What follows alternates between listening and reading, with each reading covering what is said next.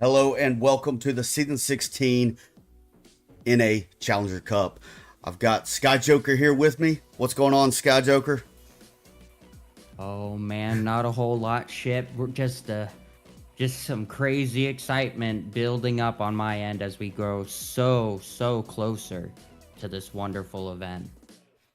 Yeah, so this is the Challenger Cup. For the new people watching, tell us a little bit about this Challenger Cup and why we have it in play.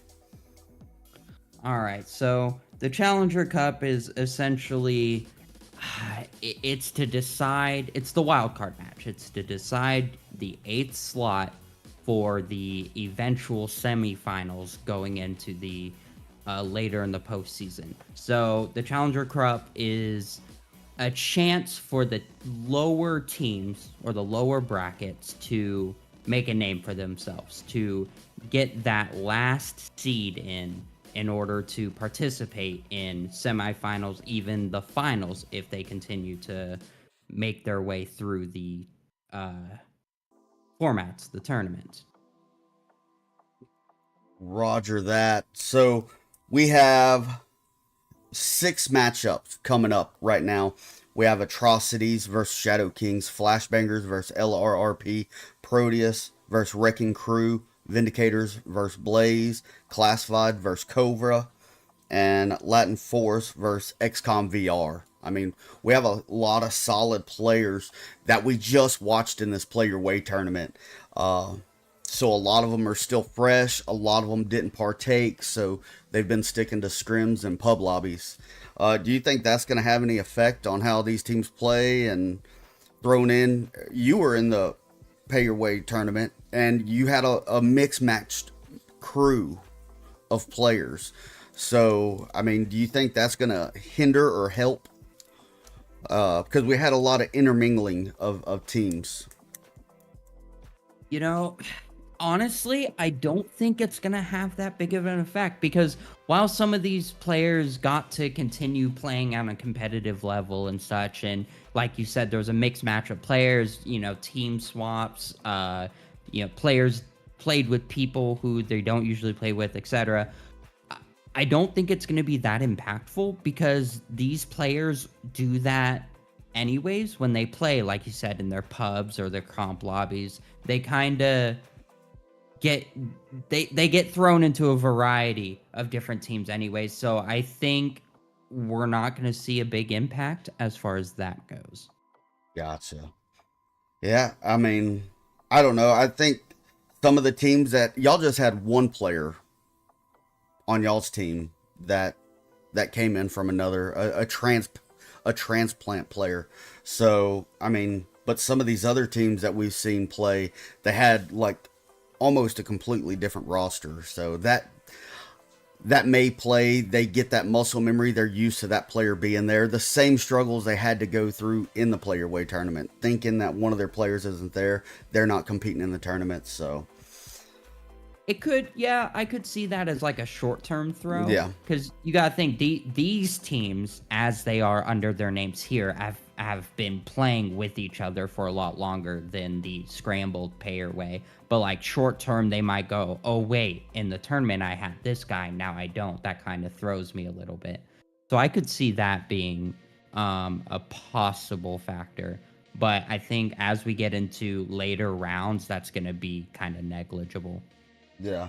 So I mean, and we have a lot of teams here spanning out of, I think the highest team we have playing is ranked 8th in NA, and that's going to belong to the Atrocities after their underdog story coming all the way up from I think they were Wow. silver. And I mean, you have Atrocities at 8th, Proteus at 9th, classified at 10.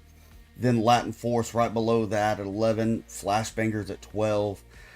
And then you have a gap. Next is going to be Vindicators. I mean, you have a lot of strong teams, and it's going to be definitely be a good fight on who is sent on to the round robins.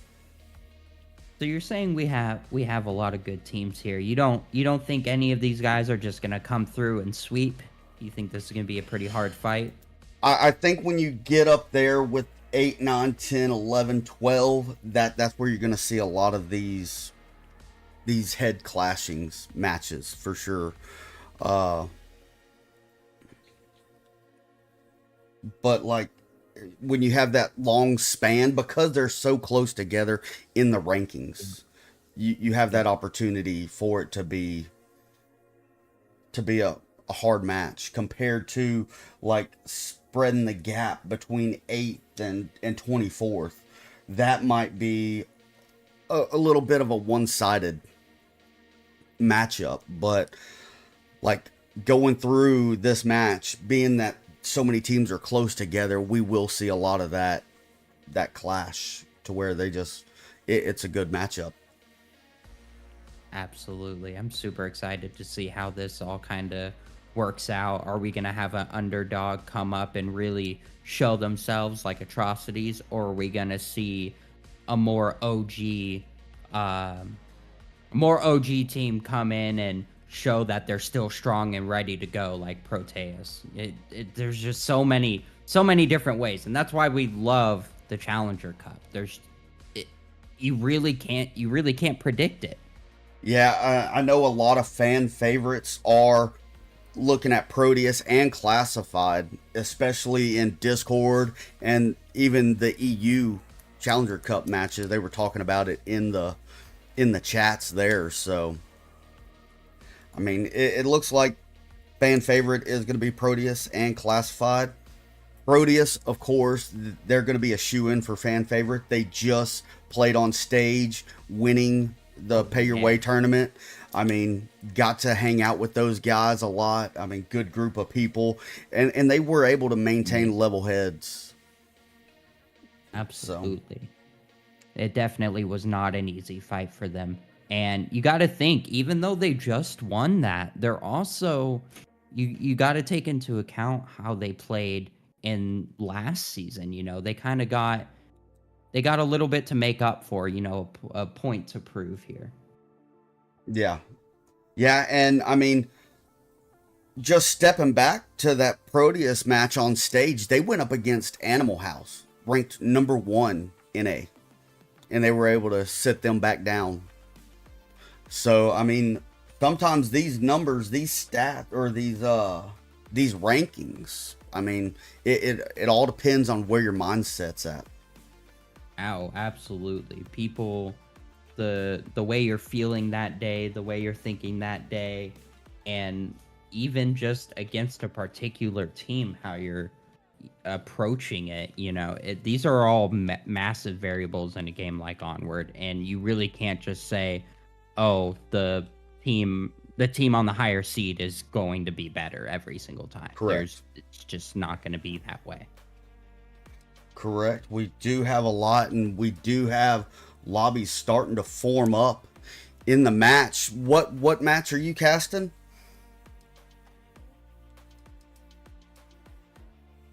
You there?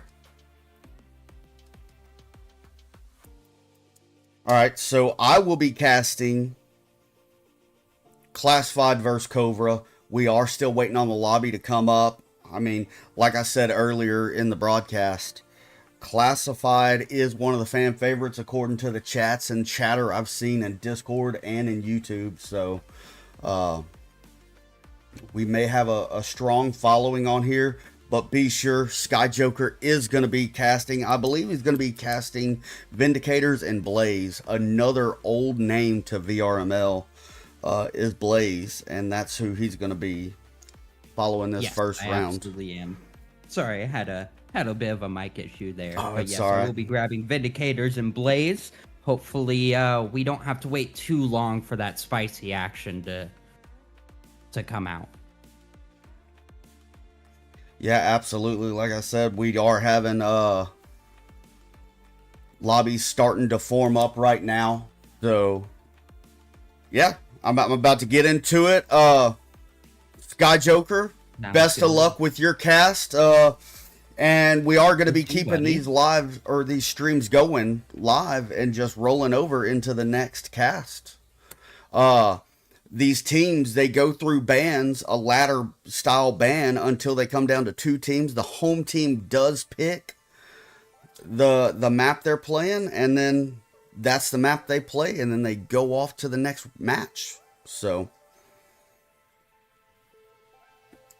all right, I think that's all that I have. Sky, do you have anything to add? No, just make sure y'all got your snacks ready, your drinks nice and refilled, and enjoy the action, guys. Yeah, absolutely. All right, I will be back momentarily, but until then, we'll be getting into some Cobra and Classified action here on Stream A. Stream B, you will be watching Vindicators vs. Blaze with the one and only Sky Joker.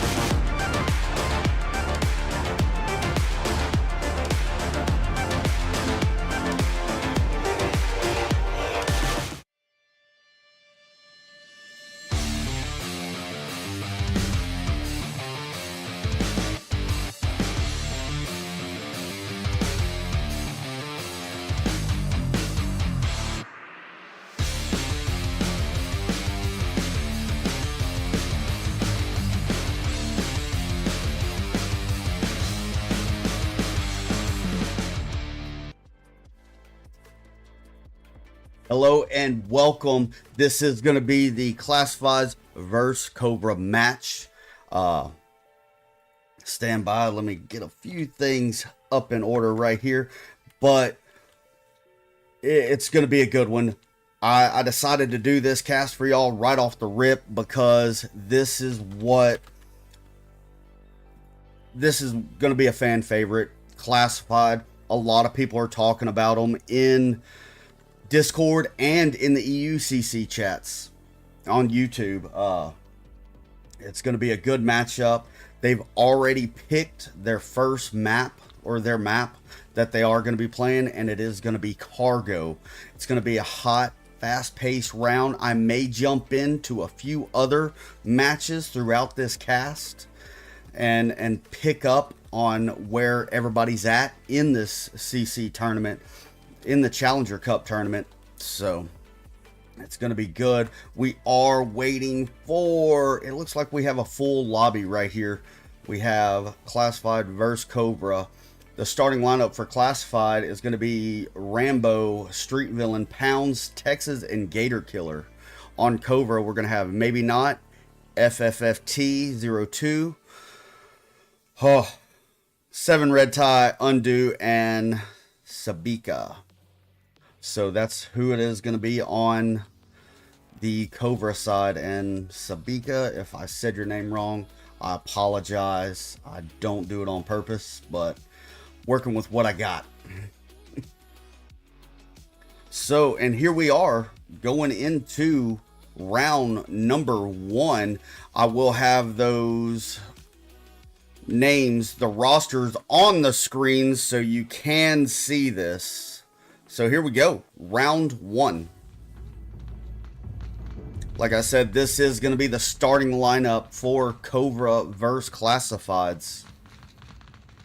And here we go. Let's see. It is the center diamond objective. A lot of utilities are coming out. 7 tie, all Pounds, and Sabika. Rambo coming in hot and fast. Coming in with the tablet out already. Real quick. So, Classified takes home 2. Right off the rip.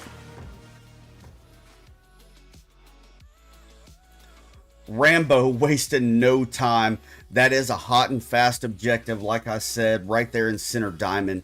He just pushes straight up to it and gets the cap right off the rip. If you look in the replay, well, I can't look that way and see it at the same time, but maybe not rotating quick enough. FFFT right there, the smoke's blocking him, but maybe not. Red Tie and Undo all got 1 kill. Rambo and Texas were able to get 2 quick kills running utilities, punching a big hole into that defense, allowing Rambo to push right in and to secure that objective and send the uplink code. Yeah, let's see if Cobra has a rebuttal to that. That was real hot, real fast, real quick.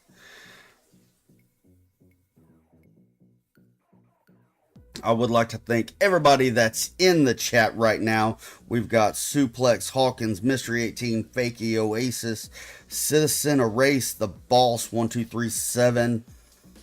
Yes, thank you. Those are all the ones that have chatted, but we do have a solid 18 right now. We do have another cast, so you can open that in another browser window and jump back and forth between mine and Sky's cast right here on Onward VR Master League.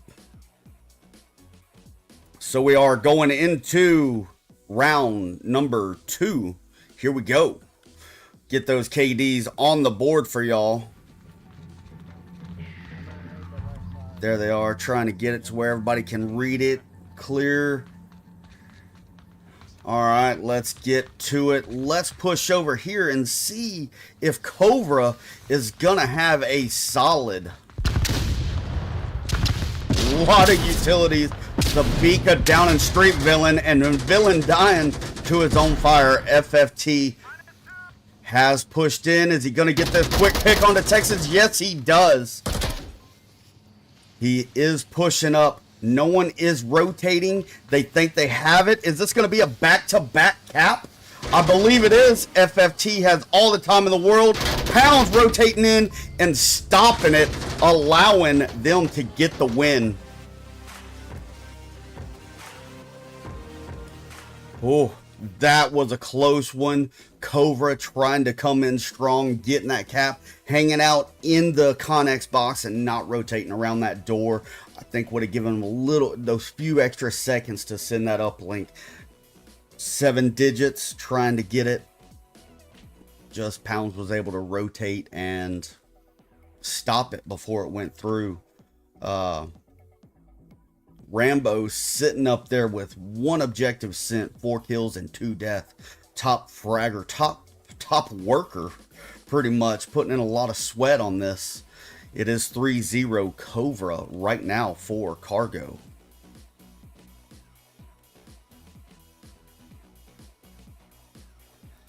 All right, and we have changed objectives to the southeast objective.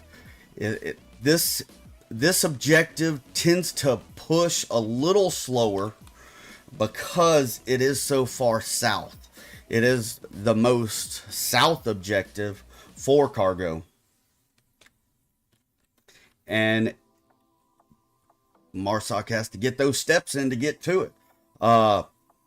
So we could see a long flank through tunnels and go through there. So absolutely, let's go into here and start round number 3.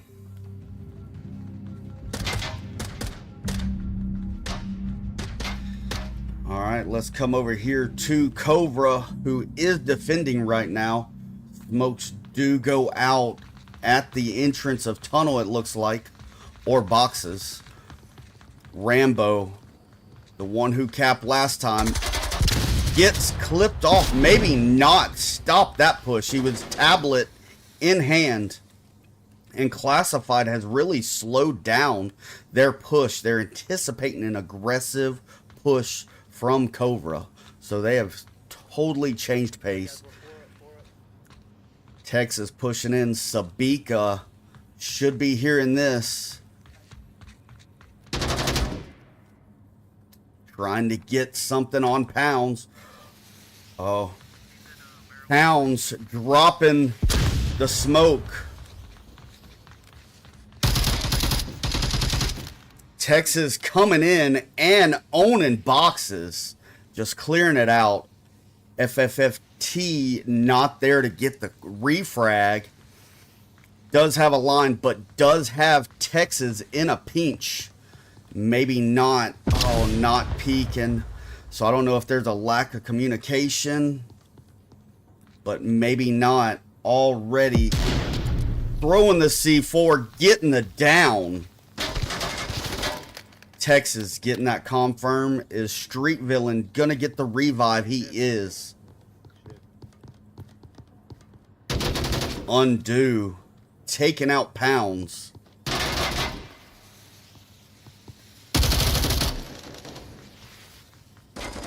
Undo. Missing the cross from Villain. Solid trade right there. It is all up to Texas. If he can get over and get the revive on Street Villain.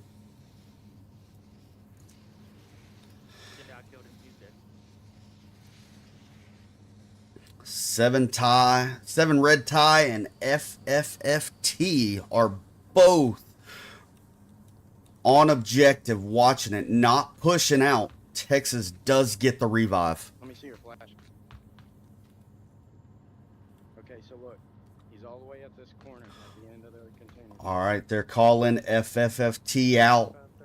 They don't know where red tie is. We have 3 minutes. Let's fucking do this right. Hey, folks. Time awareness, solid planning. I dig it.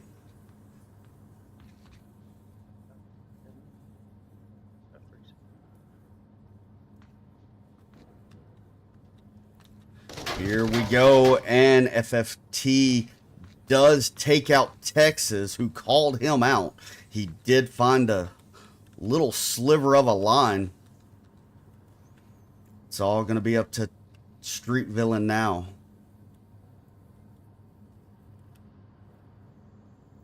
Three minutes. He is aware of the time. He was down, so he's not at full health. Devin Ty in a dark hole over there by a propane tank. Gonna try to maybe get some utilities, get that into play. Oh, look at that. And Cobra takes their first victory on cargo.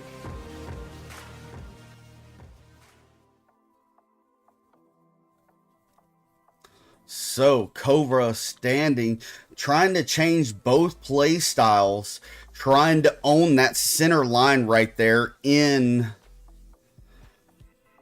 cargo, which is a solid gameplay. They really didn't contend tunnel until it was in the very south end. But Rambo still sitting with 4 kills. Really didn't get to do too much work in this match right here, because he was taken off real quick to the objective.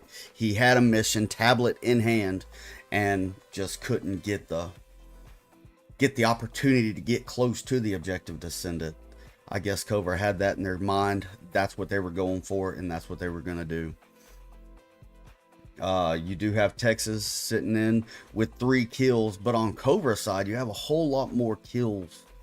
It looks like you have Undo with 2 kills, 7 Red Tie with 2 kills, FFT with 3 kills, maybe not with 2 kills. So still a lot of work being done on Cobra's side, and it was evident in that last round. So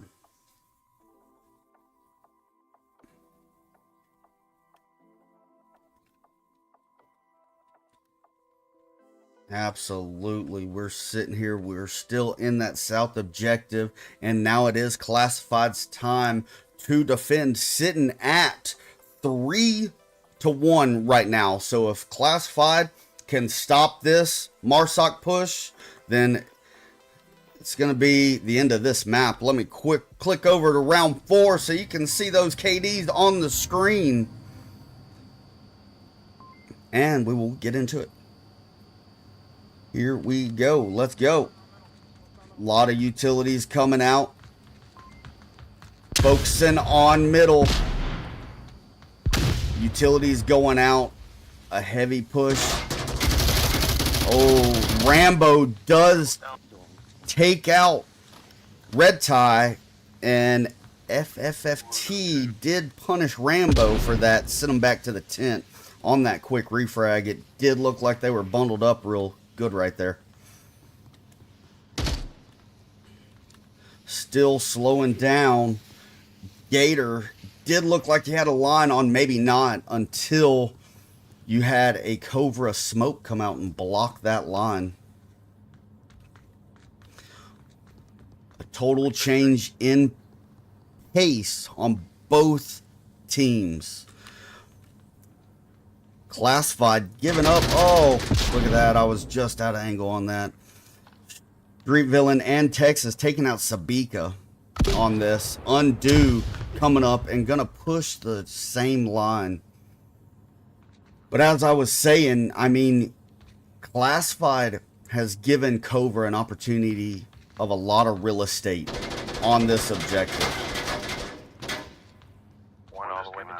They're only in the very far south. I mean, one's at the green Connex in the middle. Someone is calling out Undo, or maybe not. Street Villain, is he gonna contend? Look at that frag right there, and it's not enough. Texas coming in. Gonna get Undo in the back. Yes, he does. Solid. And the trade, Classified comes out ahead 4-1.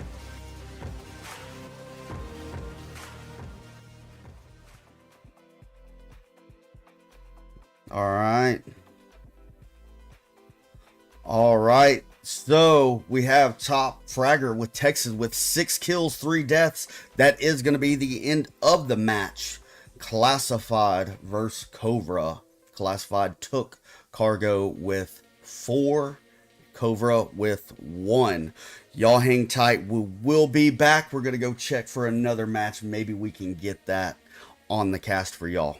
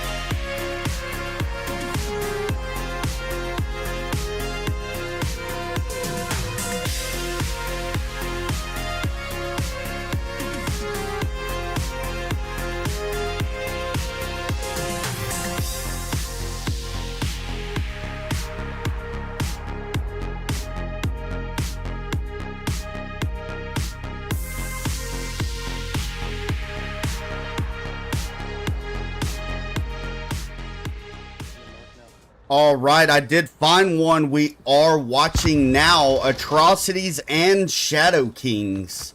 They are in Subway. It is 1-1, so there's still a lot of action to come down to. They are in the North Stairs objective. Sharkfish. Oh, Connor taking down Sharkfish right at the top of the stairs. Yeah, how we lose Shark? Smith asking why or how they lost Shark. I'm trying to scan inconspicuously for C4s. I'm not seeing anybody. We do have a good little split. Probably wherever he died, top of the stairs. Oh, is there a C4 on his body? Did you get the C4? No, I did. Oh, there's the C4. What do you have? I got a smoke. All right, so they took out the C4. They still have to contend with Smith and Oddball. Smith is in a solid spot. It is a well-known spot to be pre-fired. But if they come down and cap up along this wall, Smith is going to be the only line of defense. Who's going to win this right here? Smith and Connor. You can't see, it's all in the smoke. But they are aware of each other's location. Oddball does take out Sean on stairs. Connor still over here holding a solid defense. Shadow King's holding it down right here on the north stairs.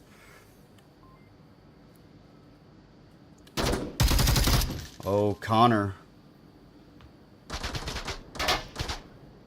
Gotten Smith in a pinch right here. Oh, look at that. So, they have lost 3. It's all up to Lord Naz. Shadow Kings are crashing OBJ. All defenders are down. Comet is about to come in, pre-firing, letting Lord Naz know where he's at, taking him down. Now it's all up to Major Cap Doc. Shots go out. They are aware of Lord Naz's position. Lord Naz is rotating. I'm kind of interested to see what Cap does in this position right here.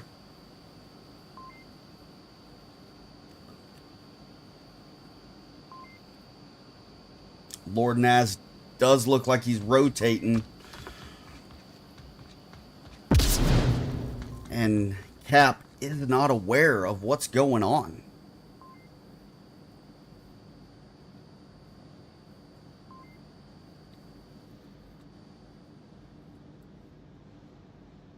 Lord Naz pushing in. I don't know if he's focused on the kills or the cap, but does look like he is going to have a solid matchup on the kill, and Atrocities win that one. Let me fix these scores right quick. It is Atrocities 2, Shadow Kings 1. They are pushing in a good little fight right there. So stand by. Let me get this.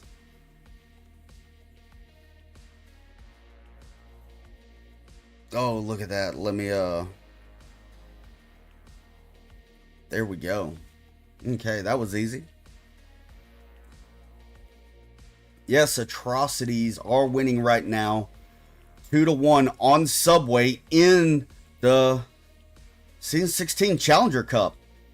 You're going to have one team that's going to advance to the round robins to get their chance to go to the NA finals and then to the world. So a lot of these teams have got to put their work in with one map.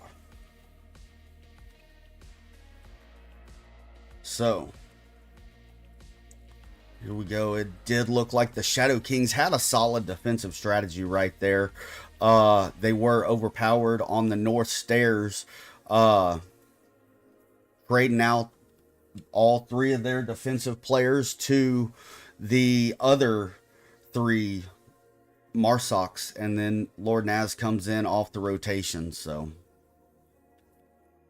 I will get the KDs up on the board. Lord Naz is top fragger for Atrocities right now with 5, and it looks like Smith is top frag for Shadow Kings with 3 kills.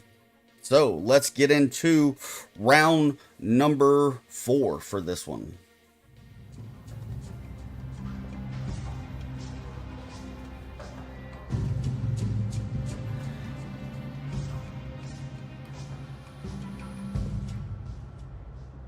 All right, so KDs are good. Y'all have that. Now let's see what Atrocities are going to do. A lot of flashlights. Who was that? Goose running with 2 flashlights. That is, I guess, going for the deer in the headlights. Comic is pushing up. I want to see how they contend to these. Oh, the C4 was detonated off of that frag, so it's going to be rendered useless.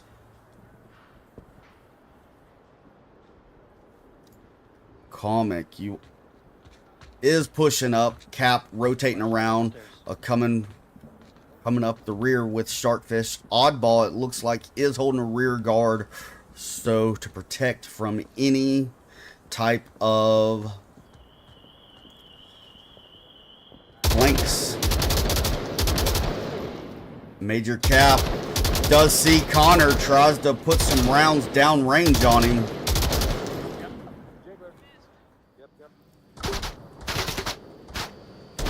Connor taunting him.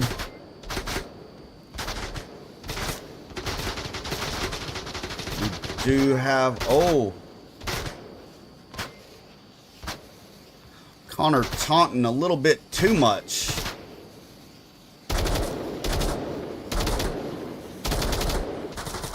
Showing the sheep. Oh, look at that. The flash goes out. And another flash. Oh, bold move for Lord Naz. Does take out Oddball. Look at this standoff right here. Look at this standoff right here.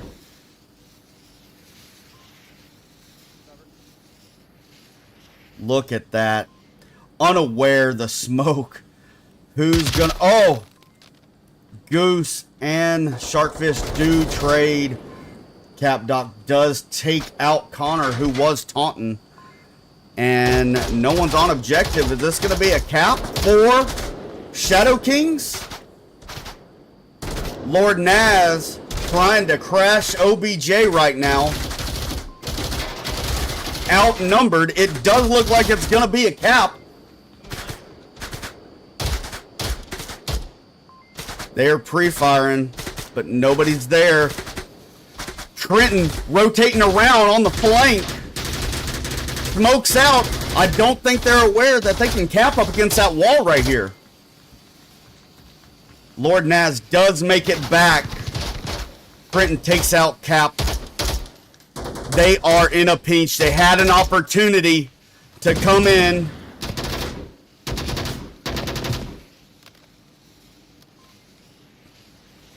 It's all up to Comic. Shots coming from both ways. With the pistol. It's now up to Comic and Lord Naz. They are aware of where each other are. Look at all these bodies strewn across the ground. Picking up the pistol, not the rifle. I don't know what's going on. What? And Shadow Kings take the win. Alright, yes, Salty, we are just jumping around whatever matches are first up. We're trying to get as many matches of this Challenger Cup casted. So, we're trying to get to them. We know Proteus has had a lot of publicity here lately, so we're trying to spread the wealth. They are going to be casted, though, throughout this match. If you want to see it, I'll be sure to pick them up in round 2. Just for you, Salty Foo. You're not getting me with that other one. It's already happened once. But yeah, if there's something you want to see, if you want some intel on what some of the other teams are doing, hit me up in the chat. I'm real good about trying to get that information out there for you. So absolutely, they did have a drop on the Shadow King side. Alright, he is back. It was Smith. So, you have Comic with 4 kills. Lord Naz with 6. A lot of work had to be done from Atrocities. They dropped the ball. really big in my opinion on that last Volk round. Shadow Kings, they were there, but they were anticipating someone being at the Coke machine or somewhere further east of the objective, and it just wasn't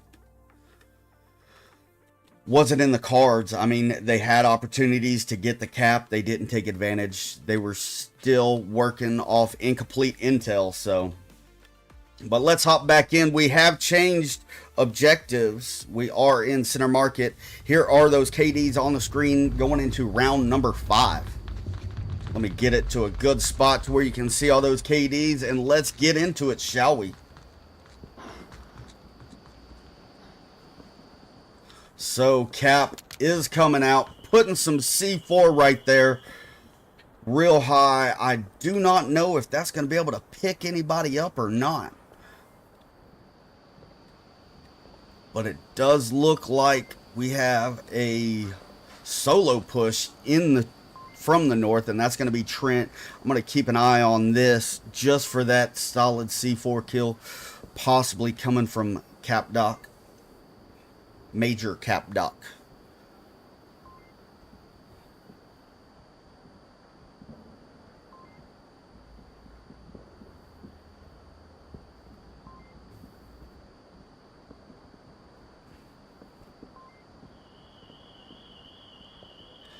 All right, the anticipation.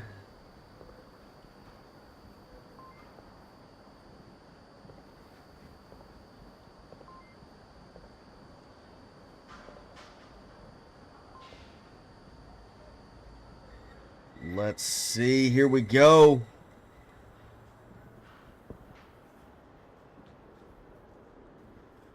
Trenton's coming around. Is he gonna get the...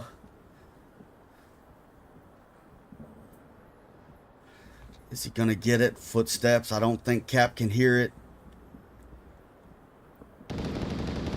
Oddball does take out Lord Naz. Where was that? Coming out of service tunnels. Coming out of Triple X Alley.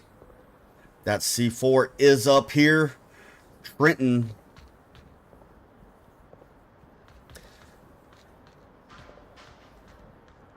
Gonna rotate behind the wall and maybe throw some utility. Yes. Puts it right on, and Connor takes out Smith with the nade on Main Street. We're hyper focused, and I'm sorry we're trying to catch this C4, but we will be keeping an eye on Connor, Goose, and there it goes. Solid C4 from Major, stopping that south push. Oddball stopping the main or Triple X push, and now Atrocities only left with the Main Street push. Smith was giving call-outs, still giving call-outs. Not looking good for Atrocities. And there's the frag coming from Cap. Goose watching rear guard, takes out Sharkfish. Connor gets revived. One down on main, another one coming main. Cap taking out Sean. Smith playing a vital role on this Main Street push, doing work even though he is downed. I don't know why Connor wasn't revived to get him back in the fight. It's all left up to Goose. And Cap Doc finishes that one off. That was a very, very solid defensive round for Shadow Kings. I mean, Oddball securing Triple X Alley, Major Cap Doc securing and holding down that north with utilities, taking out both. Trenton with the C4, rotating to north, helping out Smith, who was just down, making excellent call outs, taking Connor down with the frag. I don't know why Sean the Sheep, he was right there on top of him. I don't know why he didn't get the revive onto Connor, putting another gun into that fight. He did push out, hearing Smith give call outs. Cap was able to take that down and then finish Goose off. Very solid defensive round coming from Shadow Kings. Atrocities being the underdog in this battle. I mean, well, in the whole Challenger Cup, I mean, shooting up from silver all the way up to diamond, it's not looking good for them. I think the Shadow Kings are going to set them down. It is going to come down to the next round. I mean, if they allow Marsoc to push in, or the Shadow Kings to push in, it's going to be rough for them. We are going into round number 6. The KDs are going to be on the screen so y'all can see that.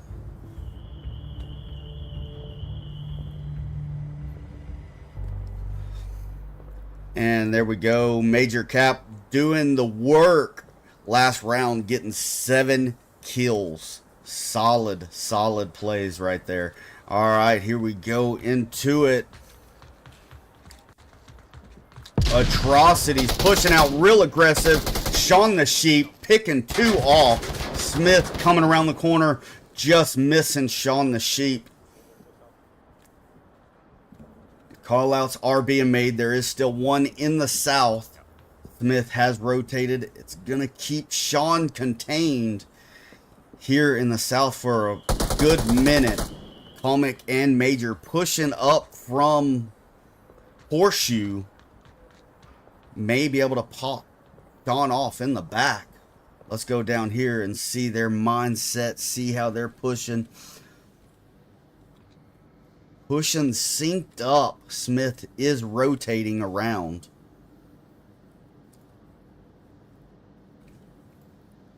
Here we go. Calm laying on the ground, trying to get that solid angle, that solid line up on top of the stairs. Watching the direction of Sean the Sheep, and Major Cap watching the other line, the north line. Good chance of a flanker. I hear footsteps a lot closer than Smith is to me. Yeah, no flanker is in the area that I'm seeing. Towards north. Let's come over here, see how Atrocities is planning to overtake this, and Sean does have a solid line on Horseshoe right here.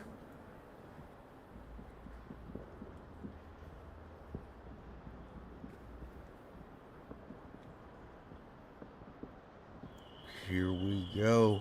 What's gonna happen right here? Sean the Sheep, is he gonna be the quicker? Lord Naz firing pop shots, giving his position away, knowing that there is someone now north of the... Oh, look at that. Lord Naz.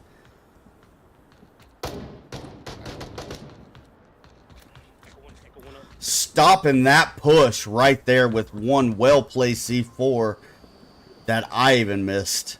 It's all up to Smith.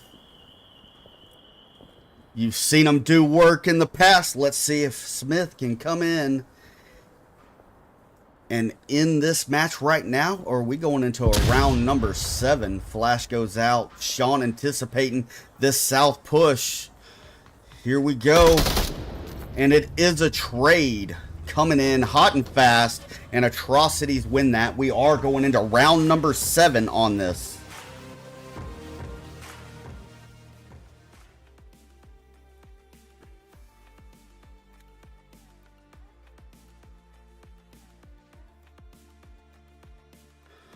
All right, sorry, I was catching up on the chats. So Lord Naz coming in with that solid 2-piece with the C4.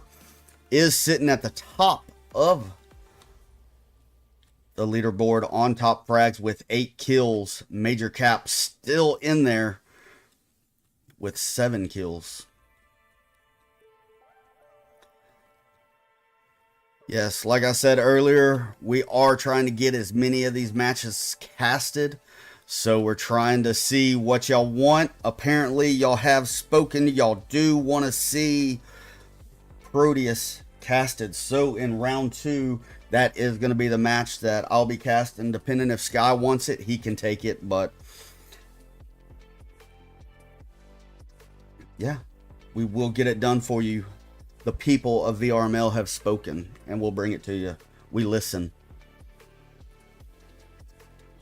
We have changed to lower platform objective. This is going to be round number 7. This is going to be the match decider for Atrocities versus Shadow Kings. So let's come over here and see what's going on. Okay. All right. So here we go into round number 7. Let me get those KDs on the screen. Sorry, I was checking out a lot of other stuff on that. So we do have a solid setup on this. I'm not seeing, okay, I am seeing one push downstairs. Looks like Sean and Goose are both pushing the north stairs. Yeah, I think so, right? Is that what I'm supposed to do? Yep. Holding it down. If Shadow Kings can hold down this objective, they will be walking away with the victory in their first Challenger Cup match for season 16.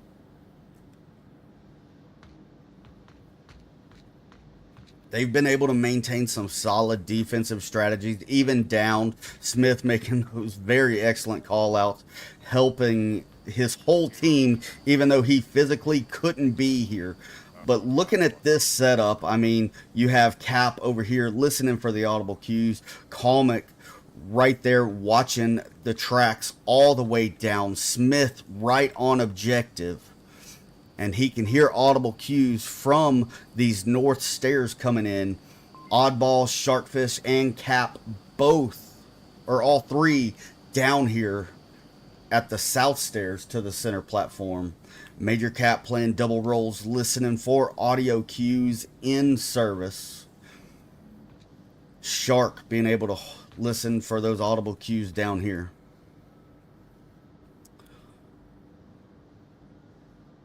Alright guys, let's talk. A lot of calm moments right now. Atrocities taking their time trying to get set up. It does look like Connor is going to be the sole Marsoc push in service. You have Sean and Goose both coming in from the north, holding this position down, waiting. The way this is set up, I would hate to be in Atrocity's shoes right now. This is a very difficult objective to push, in my opinion. It is bottlenecked to just 3 locations: north stairs, south stairs, and then service. There's not a lot of open space. And with 5 Volk members,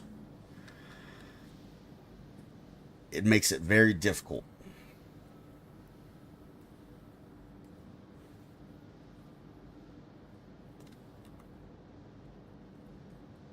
Connor does look like he is pushing real close into service. Let's get down there. Sharkfish calling out stairs. Is that Lord Naz, or is he calling out Connor?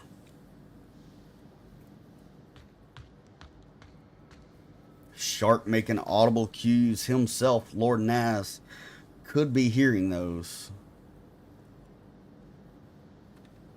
Let's try to get this. Flash goes out. It's not going to be a very valuable utility. It's not going to get Lord Naz on that. Oh, I thought he was about to rotate and try to get a peek onto Lord Naz.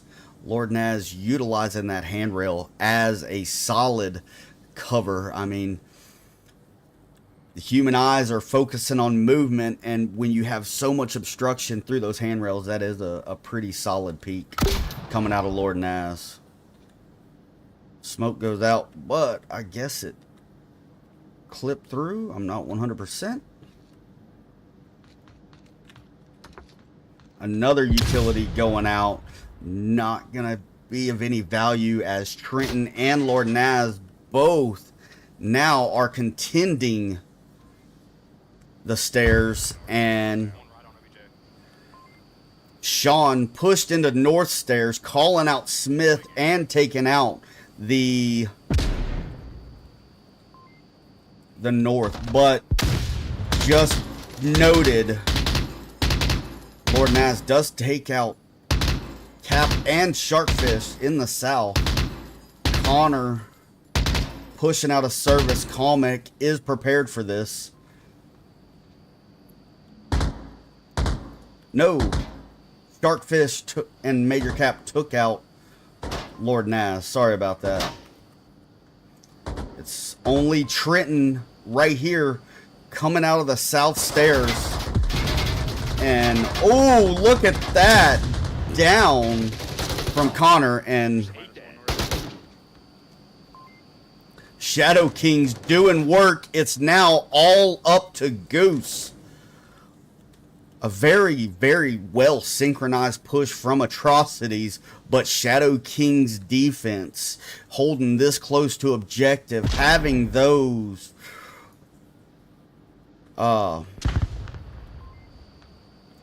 interlinking positions, especially with like Cap and Comic. I mean, having those positions that link up together. And right there it is. And the Shadow Kings sit Atrocities down.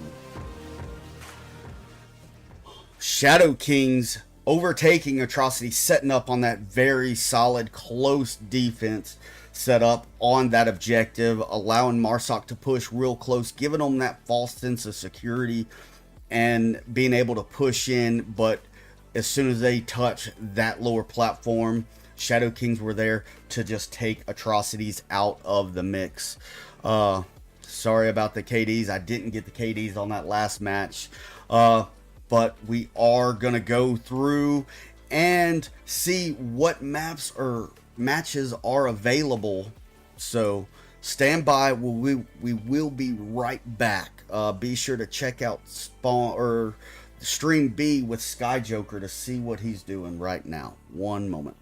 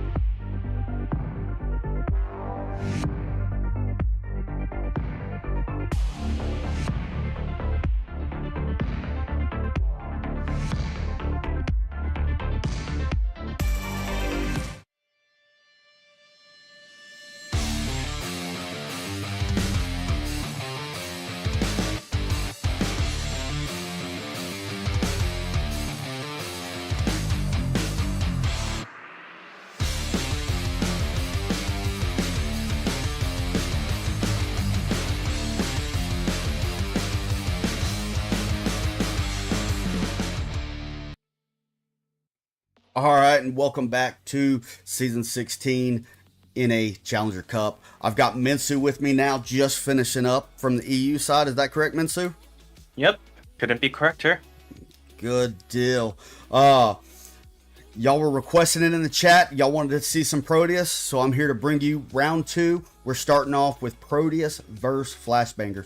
Proteus, everybody knows them. They're just coming off that humongous win on stage in Denver at the VRML Con.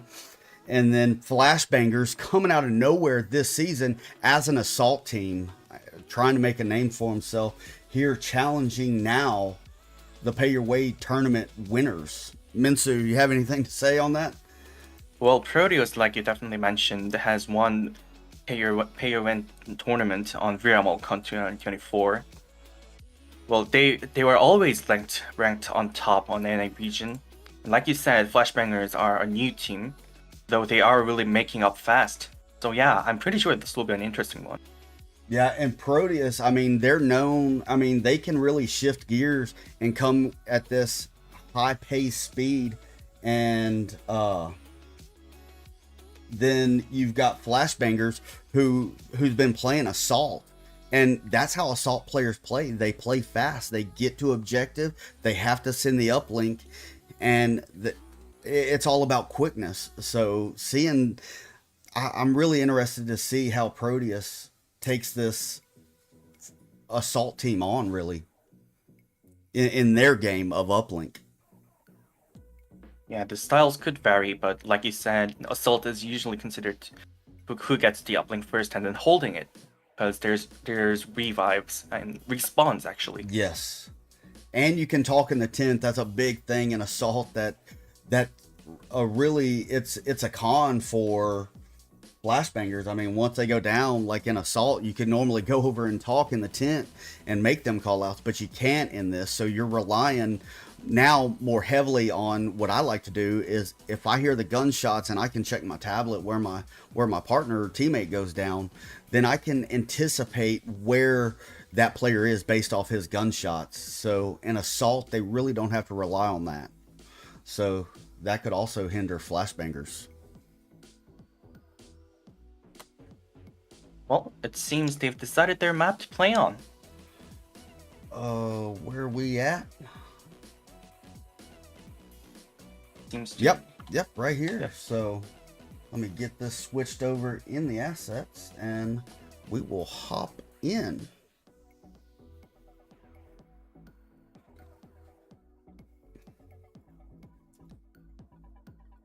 And here we go. Make sure everything's right, and it is. So here we are. We're starting in Quarantine, which is a pretty good map in my opinion. It's one of my favorites. You get a lot of long distance shots, and another challenging aspect on this map is the amount of uplink locations and trying to memorize all the uplinks and the spawns, because you want to get that quick spawn identification. Exactly. 12 in total. This is the map which has the most uplink variants.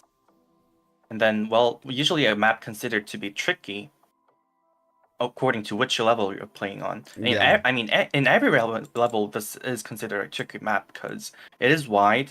You have lots of spaces to move into. You have lots of covers. You really have to keep your eye on everything. Yeah. Literally everything. Yeah, you have the structures you can hide behind, but you also have topography, very similar to Downfall.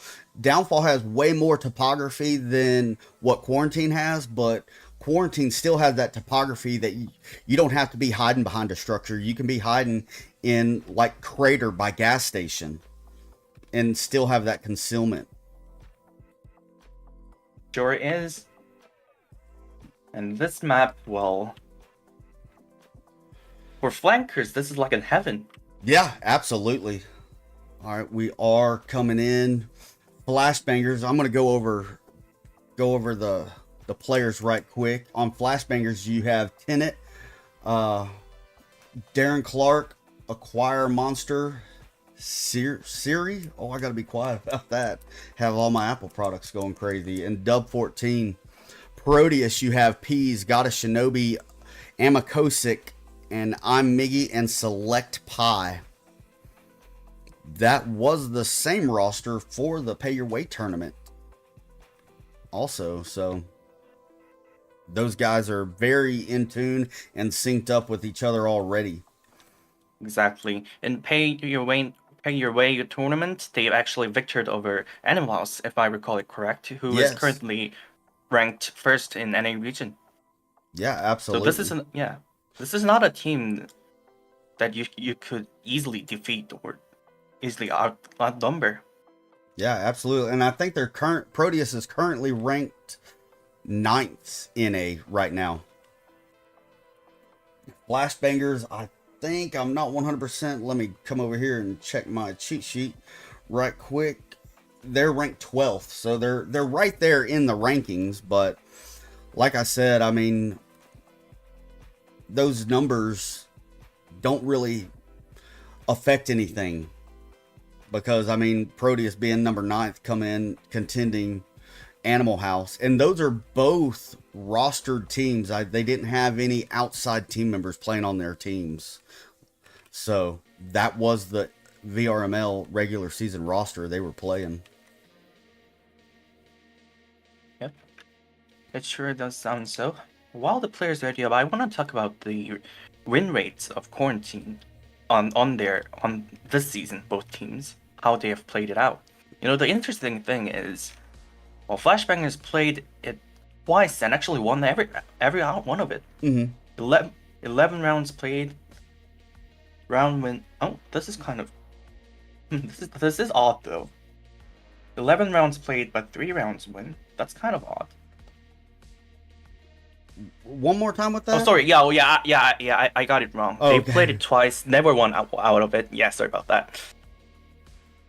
11 rounds played, only 3 rounds won out of it. On the meantime, Proteus has played Quarantine thrice this season, only 1 out of it. This is interesting. The number says both teams are not that bright on Quarantine this season. Well, here we go. We are getting ready for round number 1 for Quarantine. Here we go. Yeah, Peas and Proteus both very excited to be here. I mean, putting in a lot of work this whole season. As we speak, it seems Flashbangers got the spawn on north. Darren is already on his spot. I think he might have spotted Mickey. I'm not so sure about that though. Oh. His gaming is under fire as he tries to go up the staircase to the hospital rooftop. Though he has switched his course. He's now concentrating on catching someone who dares to cross the road on east side. Yeah, is that a choir monster? Yeah. Okay, I'm over here. Yeah, a meat in center burning and a choir is pushing on that, but I mean, you've got a strong push in the west. Oh, As we say, first kill comes out. yes. Siri catches. A meek in center burning. That's a huge opening considering Yeah. this is the uplink on the building next to the gas station. Yeah, Proteus really stretching their arms on real estate they're taking and owning on this objective. I mean, they're spanning all the way to impact building and all the way up to ambulance at hospital. Just trying to completely dominate that southwest corner. Well, it is good being spread out, like seeing as Shinobi just catches Yeah. bug. You're just surrounding your opponents and not allowing them to rotate behind you. But the thing is, the thinner you get, the weaker in every single point becomes. Like, Yes. your teammate won't be able to refrag it once you're down. So there are pros and cons in it. So you should be extra careful. But, well, Proteus so far are holding it right. Question is whether Flashbangers will be able to sharply break through. Yeah, They've already taken. Yeah. I wasn't anticipating this slow movement from flashbangers. I was expecting, coming from an assault team, I mean, they've had all season to work on their pushes on uplink, but right here, acquire monster about to expose to P's. There is a slight hill that you can look over that fence at ambulance. Well, I don't know about that. He is still concentrating, making sure nobody passes south on his watch. Yeah, Shinobi in that position, I mean, it's not really a meta position by no means. I mean, that line that he was able to pick off a flashbanger already was huge. I mean, no one can get that refrag right there from flashbangers. Exactly. Fire monster now inside center burning, slowly trying to approach the small building with the broken wing where currently Miggy is holding. Yeah, Miggy, I mean, he's not a player to just fluff off. I mean, he did hold the top fragger for the whole pay your way tournament for up until week 3.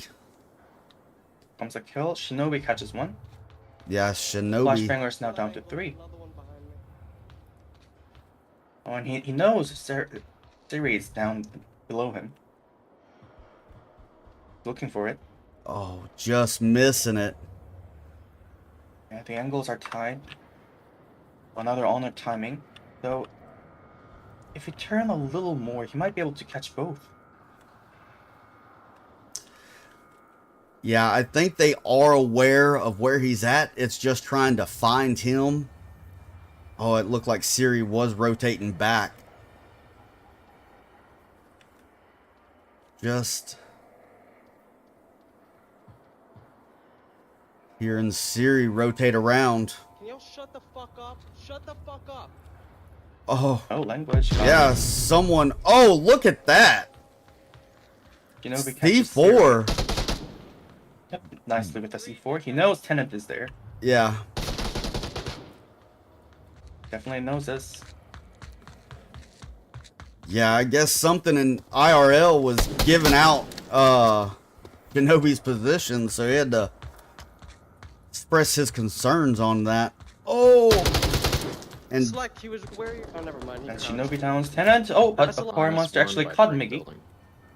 yeah, Like we said, he was looking for that yeah.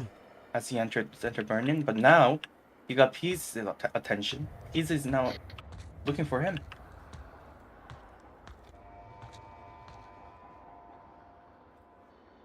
Yeah, Proteus down right now. Oh, check Or this out. Flashbanger's Oh, down to shit. 1.5. Yeah. But still, oh, never mind. I was about to say uplink was Yeah. open, but Yeah, no, doesn't matter anymore. Select was able to come in and pick off the final flashbanger. Not able to go get the revive on Tenet over there, but got a Shinobi putting in work on that round. Very good work. I mean, being that far out, and like you said earlier, I mean, spreading out, taking that much real estate away from objective, you are spread thin as defense, and if one person goes down, that's a very large hole that now the other members of Proteus have to contend to. Well, but experience and skill is what that backs it up. Yeah. Like we just seen it. Yeah. Hard to cover, yes, but if you know where to look at and your reflexes are good, well, refrags are possible.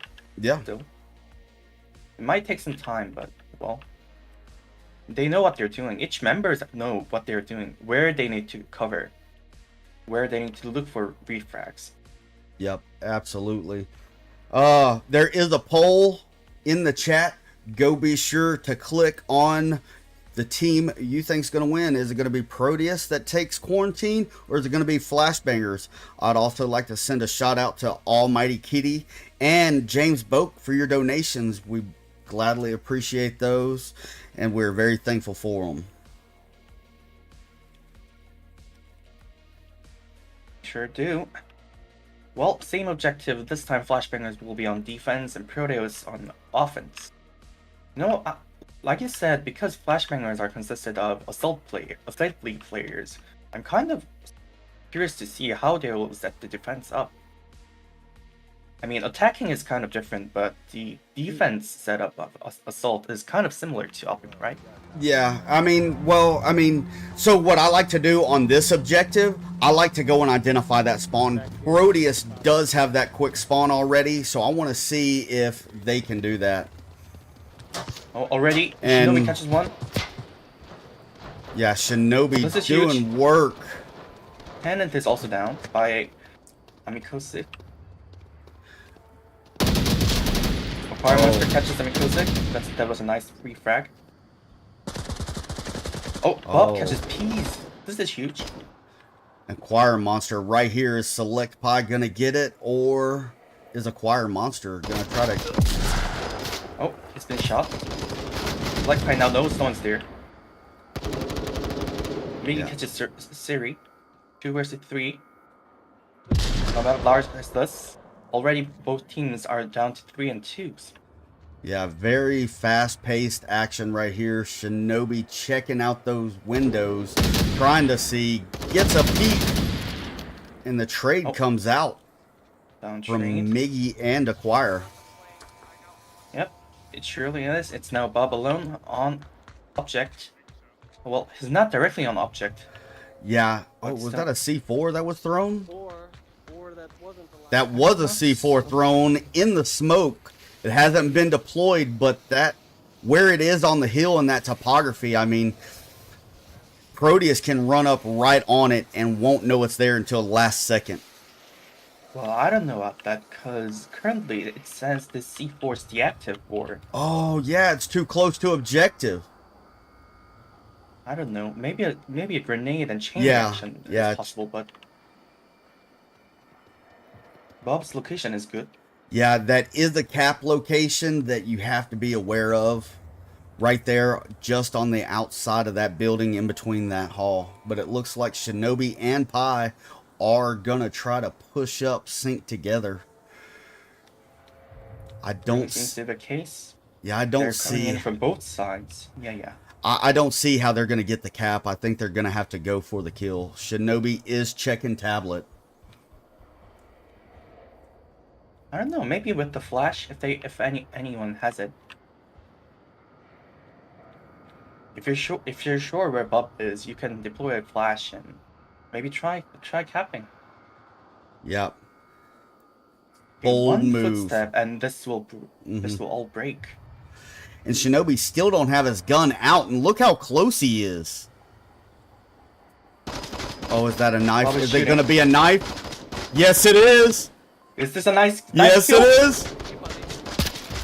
Oh, I had a knife right here. That was a nice yeah, kill. that was a very. He even had to get his attention. Oh, let me come over here and give Proteus that win in the asset. A knife kill in that close. Yes, I mean, he just came up completely stealth and was like, "Hey, buddy," and he turned around right into the knife, getting that knife kill for Shinobi. Doing a lot of work. 6-0 right now. That's his KD. That's phenomenal work right there. Sure is. Now as we move on to round 3 and 4, we do have a relocation of objective. This time in the open, the north one.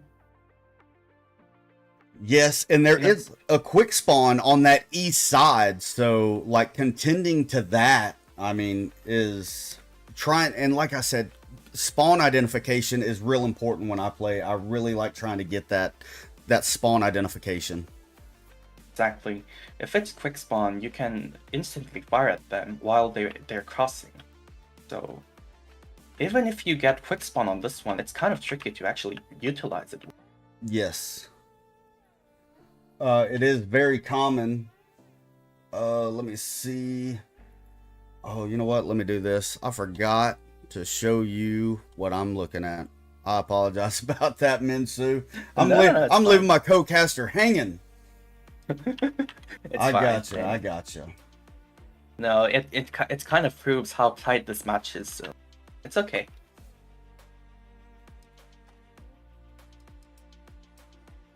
All right, there we go. Okay, let me go ahead and put the KDs on the screen, and let's go into round number 3.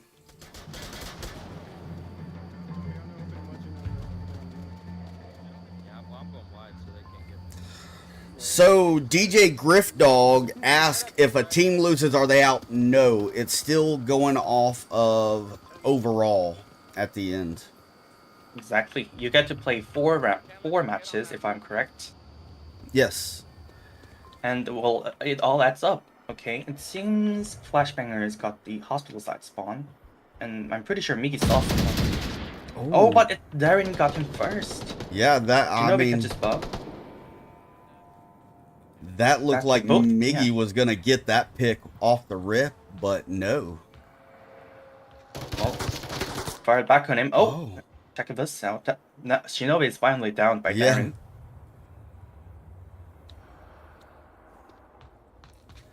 Yeah, Darren is doing work over there from hospital. Yeah, that was a long-range shot. I don't think he was holding a sniper rifle, is he? No, but we got to keep in mind they do have an east flanker coming in. It looks like Tenet Oh. is pushing on that east. Sure is. With 3 defenders remaining on Proteus' side. I don't know, this might change everything. Yeah, I mean, Pease has a lot of work to do right here. He's trying to watch Impact, west side of Impact, and east side of Impact, plus AC. And you've got the remaining 2 defenders right next to OBJ. Yeah, that's kind of the point, because... Well, I don't know, if his teammates approaching from the other side makes enough noises to catch their attention, he might be able to sneak in behind them. Yeah, I mean, flashbangers are just bounding beautifully all the way up, trying to gain that real estate, gain that ground closer to objective. Acquire has pushed into center burning, or not center burning, Impact. Impact. Or the crash site.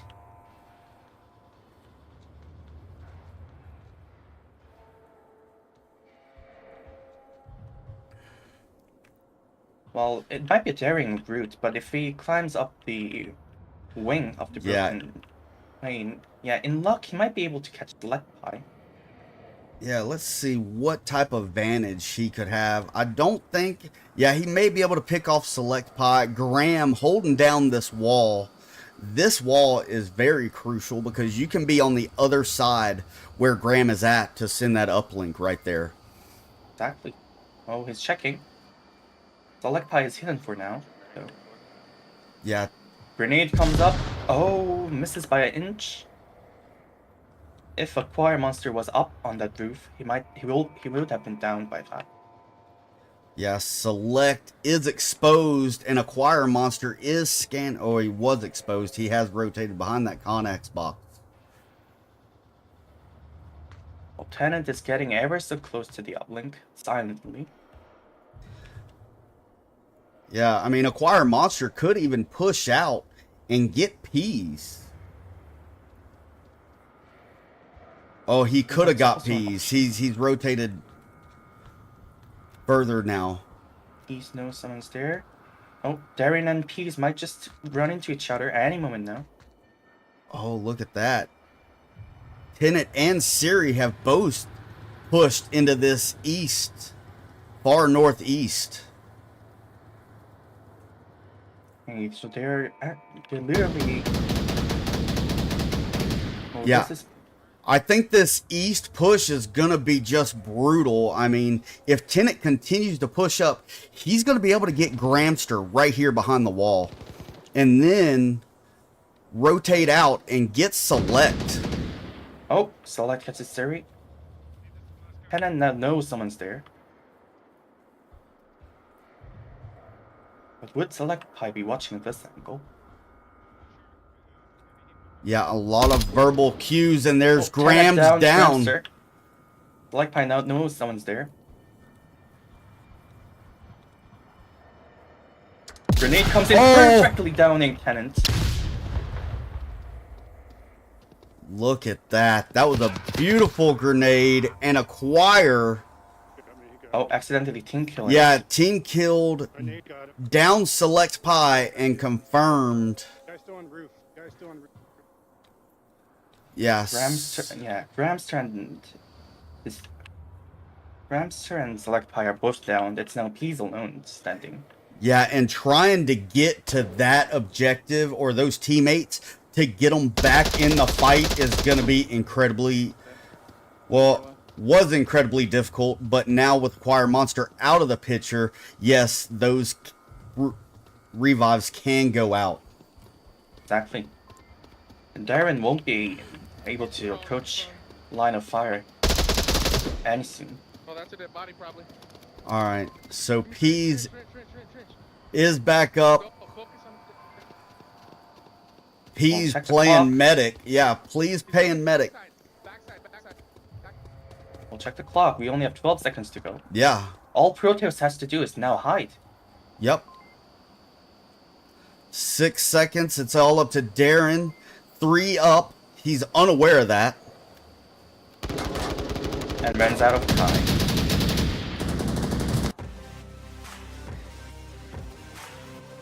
I guess. Well, I don't know.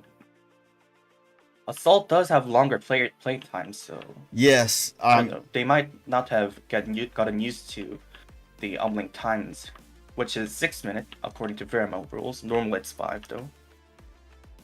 Yeah, I mean, Flashbangers had Proteus up against a wall right there. I mean, only having Peas up, and then you had Darren and Acquire Monster up. So, and Acquire Monster pretty much locking Peas down to where he could not go get those revives. And it was pretty much a 2v1, but Acquire Monster goes down. It's still a 1-1, but that allowed Peas to go and get the revive on Graham and Select. Yeah, that was a nice move. I mean, taking down the one on the roof and immediately heading for revive. Yes, because there is a bleed out period, and Graham had been down for a pretty good minute. So he was coming close to completely bleeding out. Sure was. Now moving into round 4, if Proteus eliminates Flashbangers or send the uplink, well, this match will be over. Yeah. We're going to go into... And that'll be... Oh, yeah. I'm just going to say I'm going into round 4 and show those KDs. Sorry to cut you off. No problem. Currently, Shinobi is definitely standing out with 7 kills and 1 death. It's quite evenly spread out on Flashbanger's side of things, though. Yeah, I mean, Shinobi really doing work, and Proteus getting gas station spawn. Darren's about to have his work cut out for him going up against everybody. Shinobi's coming up. Trying to catch Darren. Oh, Darren got selected by first. Grey Hamster quickly refracts that. Which one did you get? The one near us? The one in impact. There's still one down there, down the alley. Alright, Yeah. one near impact. There's still one in the back alley by the green crate. They are calling Comms out are Acquire. running hot. Yeah. Solid comms coming from Proteus. It is 4-4. Both teams losing a player. And look at this. Who is this? Siri on a flank. Well, Mickey is looking for it, though. Yeah. If Mickey keeps looking at it, he will see someone. Oh, I think he saw it. Oh. Who is that? Is he calling out? He hasn't called out Shinobi yet. No, one. Tip of the plane. Okay, he did call out Shinobi. Acquire Monster catching Pete's gaming. Proteus is now locked down to 3. Shinobi catches Siri. And now Miggy and Dubs right here. Grenades flying here and there. Oh, a trade. 2 versus 2. Yeah, I mean, Shinobi has the opportunity to try to assist. I don't think he knows he got Siri over there. Bob is coming around, and I'm pretty sure Mickey holding footsteps. Yeah. Oh, he could possibly get Tenet and Dubs if they do rotate. Oh, this angle it isn't clear because of the elevation of the Yeah, ground. that topography.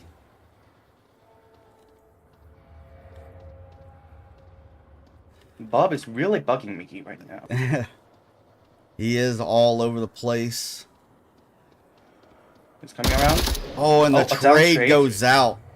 But Miggy was able to call it out. Which means if with the right kill count, Shinobi will know this guy around the tank has the last remaining one. Yeah. Yeah, because Miggy was saying, hey, I think you did get that guy. But from roof, Tenet's in a position to where the shot's blocked from Shinobi. Exactly. And Shinobi is silhouetted with the blue sky in the background, so if Tenet just happens to catch that silhouette, it's an easy target. He's in danger right now. There it is. And that's the first win for Flashbangers.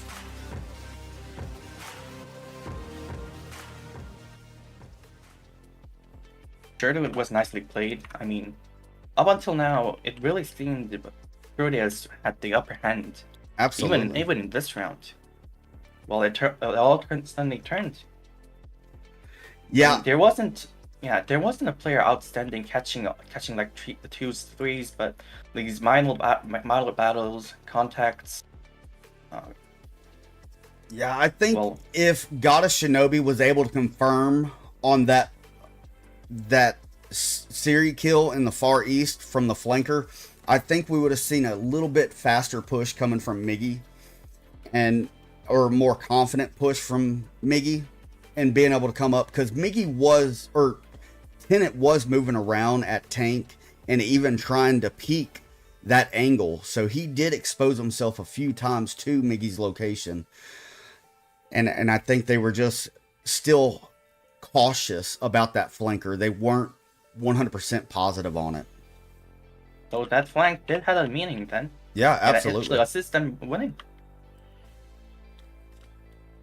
Yeah, because they were still focused up until Miggy got downed, and that's when they really shifted, saying, okay, I think you got him.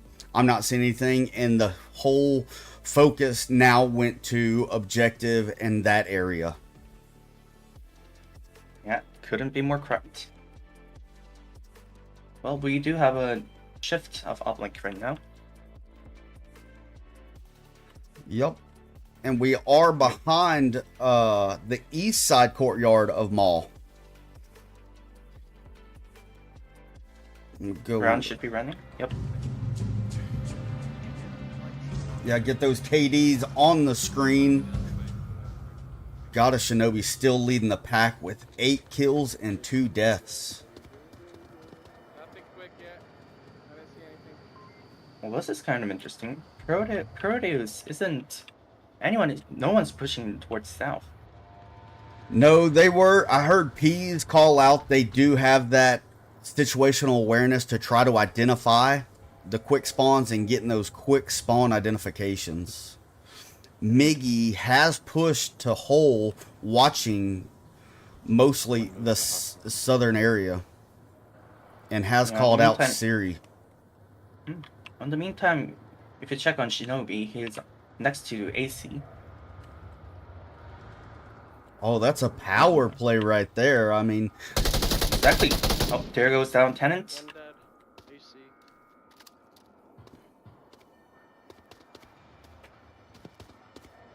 I mean, well, Proteus only has to win one more round. I mean, they've only lost one. yeah, I mean, It's a chance. Yeah. It's a chance for them to get aggressive. absolutely. I do Where believe that was was a it? T4. Okay. Two dead. Yeah, I'm gonna stick closer to Shinobi. I mean, he's doing a lot of work over here. Oh, and Darren was able to sit him down, take him out of the equation. All 3 Flashbanger members now on south. Box 1. Yeah, Siri is pushing very, very far south, trying to get that topography into play. Yeah, that's also possible. Oh, so far, Siri won't have any difficulties getting to fields. Darren, It seems Miki has been compromised. yeah, Darren and Miggy both found each other, so they are aware of those. We're shooting at hospital roof. 1 second. Oh, Siri takes out Select.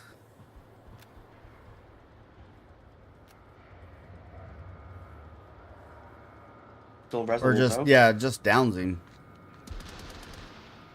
Oh, Yeah, and Peas. yeah, catches him in return.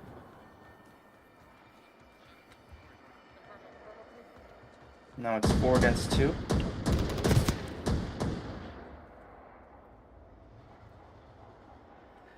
Yeah, Darren has a good overwatch on this position, watching both Peas and Select.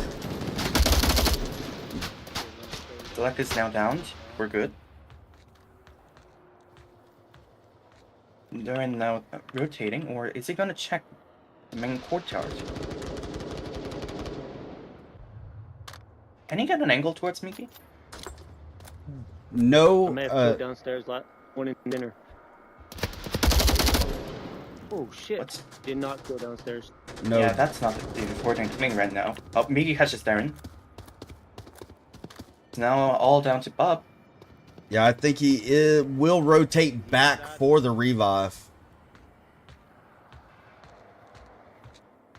Yeah, time's also on his side. Still 2 minutes and 30 seconds to go now. Now is He's moving up. Coming out. So he should okay. hurry up a little bit. Yeah, Darren calling out Miggy on his position, but you still got to keep your eye on Peas, who's over there in that 2-story building on the east side of Mall. So, I mean, they both have potential lines on this revive. Stay down. It really is. Down. Oh, it's hanging low. Okay. Minute and 30 seconds to go. If they have checked the time, they should be hurrying up a little bit Yeah, from now on. they need to put a little pep in their step if they want to make it too objective. Still trying to contend Miggy. Yeah, that really is an 18. I can't get fucking shit English, I swear. Minutes to go, they Yeah. both know. There's Oh, that shit, pep. I saw his fucking eyeballs, but Dub pushing the long way around, trying to get the kill on the Miggy, it looks like, to allow Darren to push through to the east in the south push.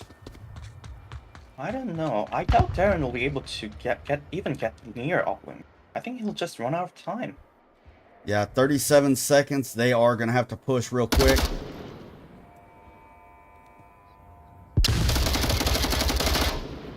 Dub just trying to keep contended, and it did work. Darren was able to cross. Doing it. A trade. It's very big 16 seconds to trade. go. Oh, I don't think he'll be able to make it.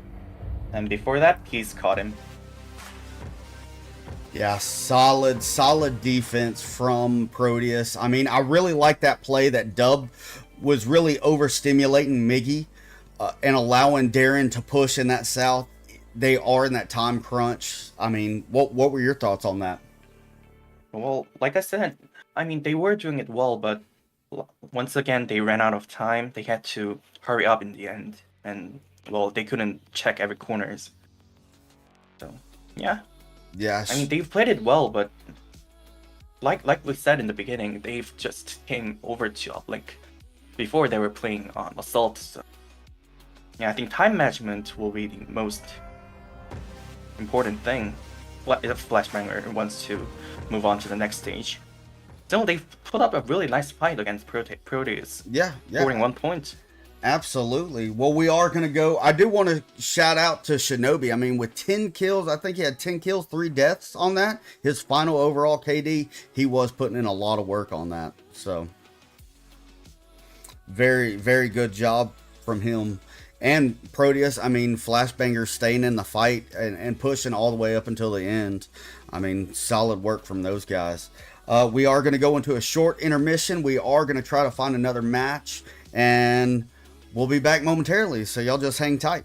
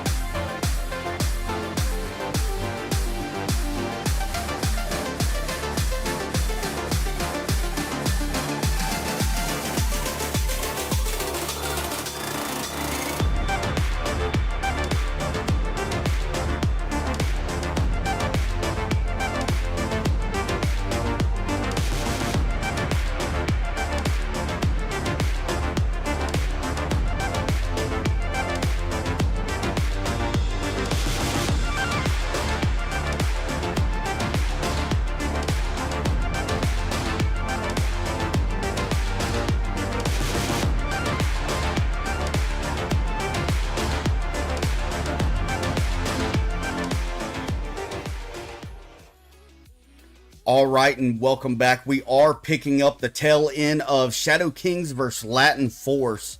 Minsu, you've been in this lobby a little bit longer than I have. Go ahead and fill everybody in on what's been happening and what the scores are and everything. Well, so far no caps have happened, though Latin Force is leading the game 3-2. Rush X is definitely standing out on Latin Force with 7 kills and only 2 deaths. On the Shadow Kings side, we have 2 players with 5 kills up. Both have same death, well, 5 deaths each. Shadow Kings is behind, though it's their turn to attack, so if they can send the uplink, well, that will be a huge comeback. Oh yeah, absolutely. I mean, even in that last round, in round 1, Shadow Kings versus Atrocities, Shadow Kings had an opportunity to send that uplink at North Stairs objective. I think they were too hyper-focused, but maybe they may recognize that in this match and, well, no, yeah, recognize that and send the objective. Here we go. Round number, 6. KDs are on the screen, so you can get those. And we are at tank objective, yeah. And it seems Shadow Kings got the spawn furthest, and I mean the further one. There's only 2 spawns available. Yeah, Rush. Oh, missing scaffolding to watch this push all the way down. Smith, Oddball, and Calm able to make it into the south of the map with No one contending that. That's I don't know. Yeah, that's that. I don't know if it's intended. It will be intended, but yeah. I don't think that's a wise move. Nothing seen. Pushing from the south. No, I mean leaving South open. No one was there to check. Yeah, no one to contend that south. That's a very powerful play that they're allowing Shadow Kings to unfold. Oh, Mexicano and Smith are about to get into it though. It does look like.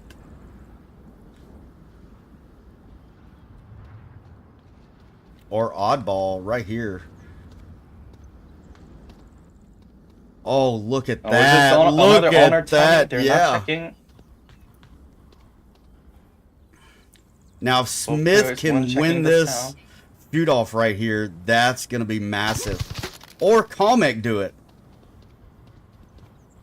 Mexicano is out. Now Latin Force will know that there is at least one player coming from south. I mean, they've already confirmed there was movement, but losing Yeah. 1-1. Yeah, until those loud rounds, Comic did shoot with a suppressed gun, so it's hard to tell where those shots come from.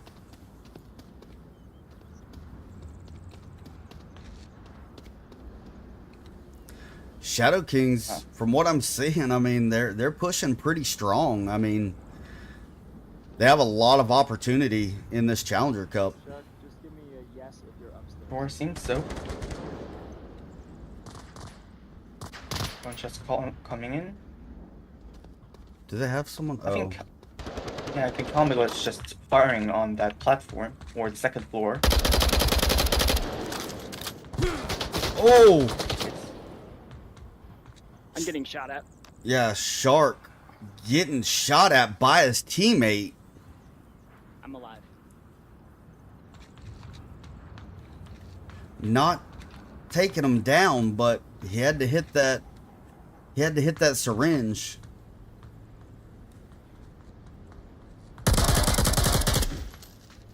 Free firing coming out just to clear the corner.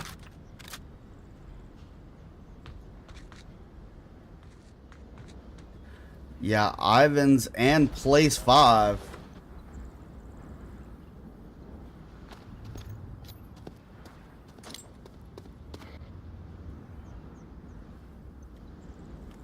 Oh, that would have been awesome. Nice smoke, please. Yeah, a little bit further in place could have taken out Calm and Oddball right here on their south push. Ivan's pulled back a little, but here comes the kill. Oddball is down. Yeah, Calm trying to get a solid line.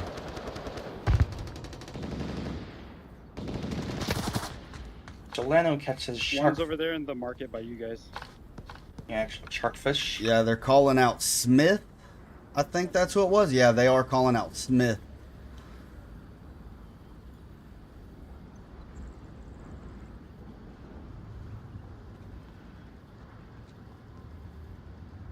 Yeah, they have the east side pretty sewed up.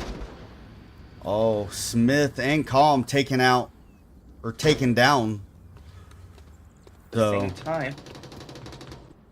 Yeah, it is now all up to Major Cap in the north. Where currently Chileno is With the watching far. flare gun?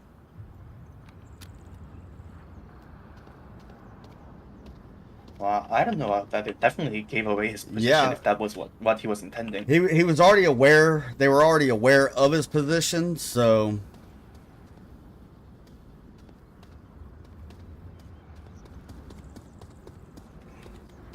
let's go into his POV. I don't know, if he keeps on his course, he'll be out of time. Yeah. Just lose the game. Yeah, 46 seconds, and you are on the complete opposite side. You have 4 Latin Force members up. And he stopped. Look for it. Just see if he can get an angle towards his enemy. And I really don't think 30 seconds would be enough even to get near the Yeah. island. So unless Latin Force members start to kill themselves or something similar happens, I'm pretty sure the results are as good as set. We got a little singing moment from Cap. What? Mountain Mama. Oh, he's actually singing. Yeah. Oh, look. And that is a victory for Latin Force. They take it.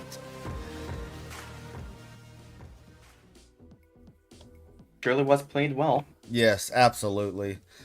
The final score for that was 4-2 for Bazaar for Latin Force Shadow Kings in round 2 of the Challenger Cup. Let me see. KDs are still up. Rush X, or place 5 is top frag with 8 kills, 2 deaths for this match. Let's see what we have. Do we have any other matches still going on right now? I'll have to check. It will come out in a few seconds, but Yep, nope, that is the final one. Yeah, that's the cool. So, just hang tight. We are bringing you all the rounds. We are moving into round number 3 next. We are going to go into a short intermission. We are trying to keep in mind the timer, so those should be very accurate, or you're going to get an awesome deal because we may cut it out at 7 minutes. Who knows? Whenever they are ready, they'll be up. I know as I can say on my cast, on this stream A, if you're seeing numbers, we're not playing, but I am going to try to keep those accurate. If you see 0-0, we're about to be starting or something's about to happen. So hang tight.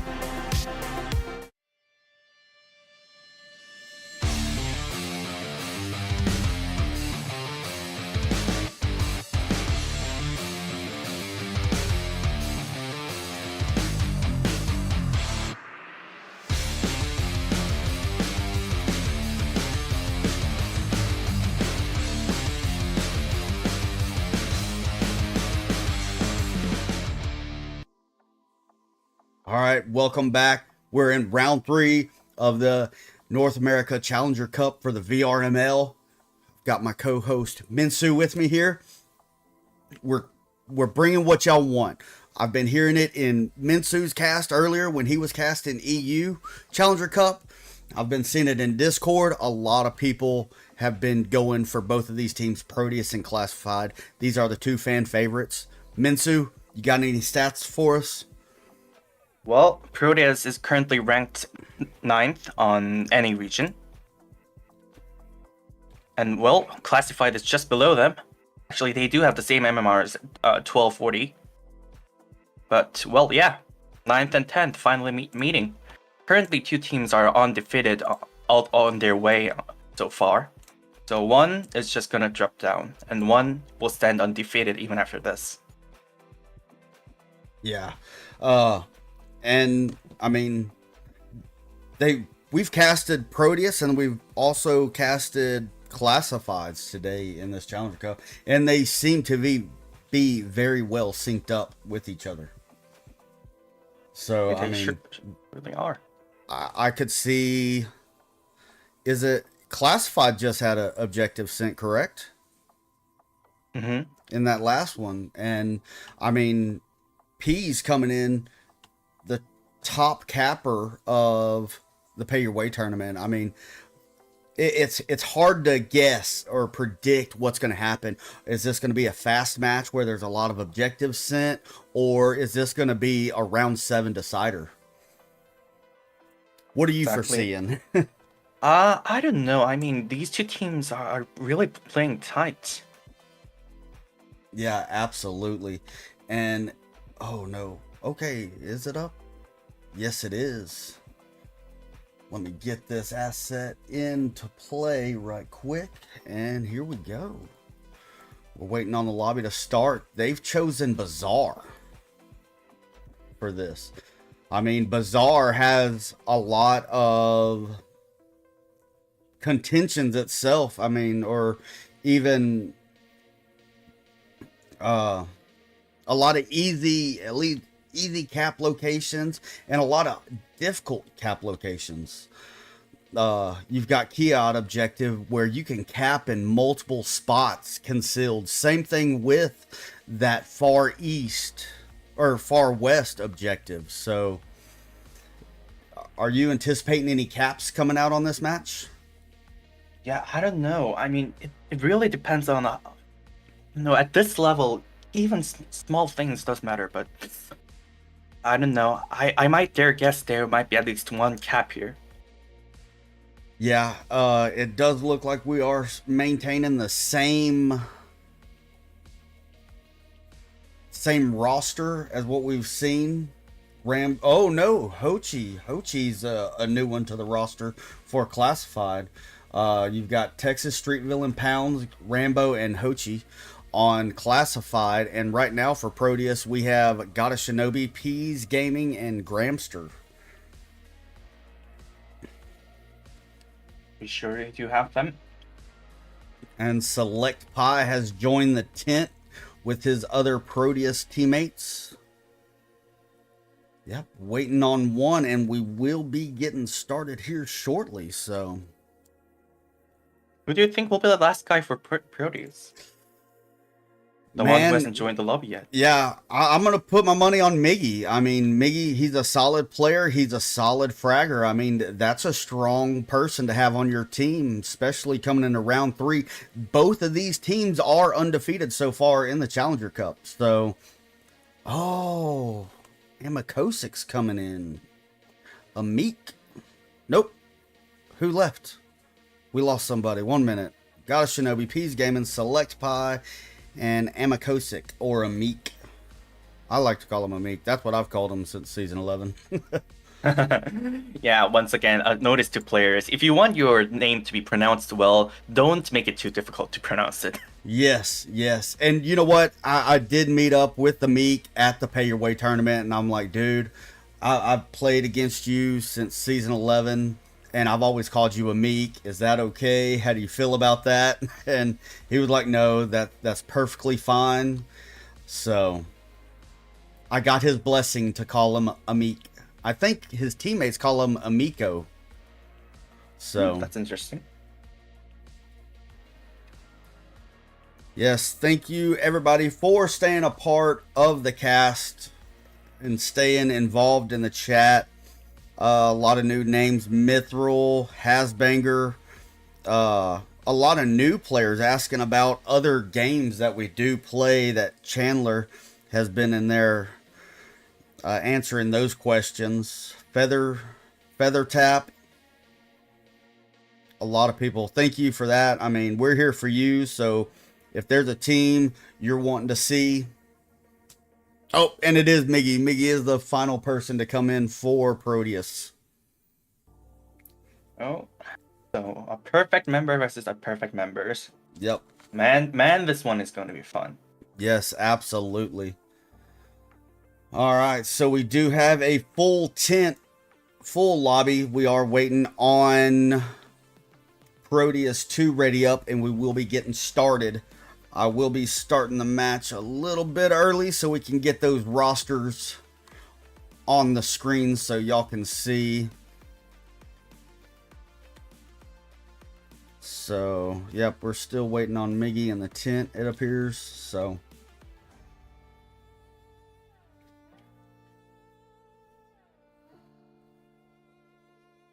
all right. Still waiting. Yep, still waiting on Miggy. But this, I foresee this being a good matchup for sure. This is what everybody wants to see. The two teams that everybody's anticipating. Exactly. To win the Challenger Cup. Going head to head right now. So, all right, here we go. Going to round one. We are at the East Tank objective. So, and Marsoc did spawn in the northwest portion of the map. So, it's a little difficult. I don't like that. I don't like that spawn for Marsoc. Yeah, I mean, it surely is I mean, it's more difficult if you spawn farther away from the uplink. No one is okay. It does look like Peas Gaming is going to be contending that south push, that cross, and one Hounds does make it across. They called him out, but they didn't call anybody else. And look at Texas stealth in Center Bazaar here. Yeah, he has proning there. Yeah, waiting on that aggressive push. Exactly. Okay, you now know we've spawned here. You know someone crossed, so come. Yeah. If you're there. Oh. Yeah, Rambo has pushed and it's going to be contending. Got a Shinobi. Hands down, one of Proteus's top fraggers for this Challenger Cup so far.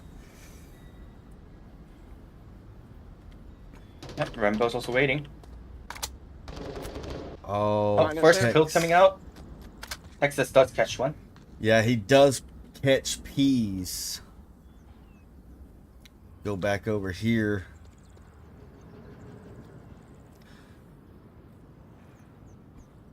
And this spot that Shinobi's watching, he can really contend two major east pushes in one location. He's got an eye directly into that east courtyard, and he can contend that east flank that Rambo is also trying to make a push on.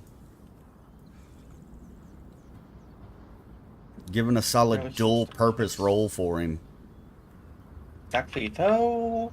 I don't know, if Rambo makes the right moves and chooses the right angle, he might be able to catch Shinobi with ease. Oh, absolutely. But still being able to contend. When you split your defenses in two different directions, you are going to have a weak link. If he's focusing on courtyard like he's doing, then yes, he is. Oh, there goes the C4. I think he heard something. Rambo's on his moves. Yeah, and the C4 kill, he did hear something. C4 is out.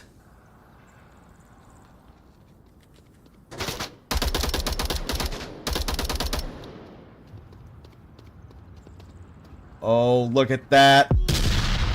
Look at that.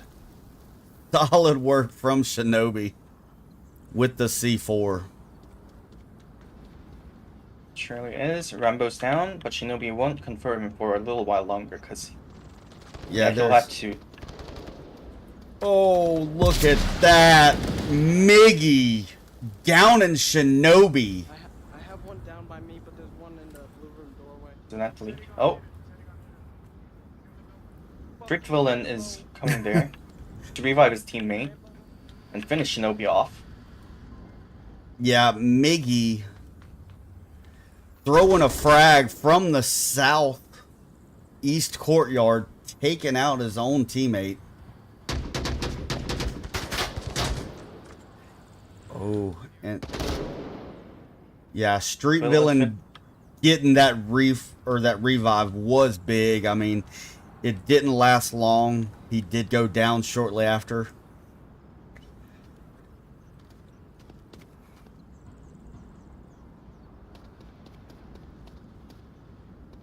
Amico is now checking Yes. where Villain is currently on. But I might say, only 2 Proteus members remaining, and they're all concentrating on the south side of the objective. Pound's taking Miko out. Objective is now open. Yes, Select is crashing. And look how close everybody is coming in. And Classified. Do I have that right? No, I don't. Classified won that round. I'm sorry about that, folks. Let me get that corrected right quick. There we go. So, let me get all this corrected. It is... There we go. The scores are right on the screen now. It is Classified with 1, Proteus with 0. Very good work. I mean, what were some of the flaws that you've seen that really stood out? Well, definitely team fragging. Yeah. That's the that obvious was one. huge because Yeah. they had full control of that courtyard, and all of a sudden they lost it. Yeah, they didn't tilt. I do like that. Instead of griping at his teammate, he was able to make his call out. Hey, I have one downed over here. There's still one in courtyard. I mean, the comms were still good, not tilting.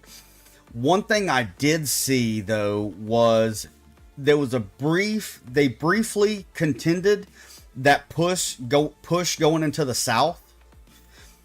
They popped shots and then rotated out, and then that allowed more Classified members to push in the south. And Exactly. they didn't have a really solid intel. The last intel call out they had, that there was one that pushed south. Sure was. Oh, Yeah. it seems Proteus got the different spawn. Closer Yeah. one to the uplink this time. Yeah, let's go in and go to round number 2. KDs are on the screen. And here we go. Let's get into it. Okay, Rambo making sure nobody crosses. Oh, Texas takes out a Meek as soon as he peeks. Pound's grenade, it's electrified. That's a Yeah. kill, not Yeah. a down. Pound's catching Miggy. Pound's doing work for Classified.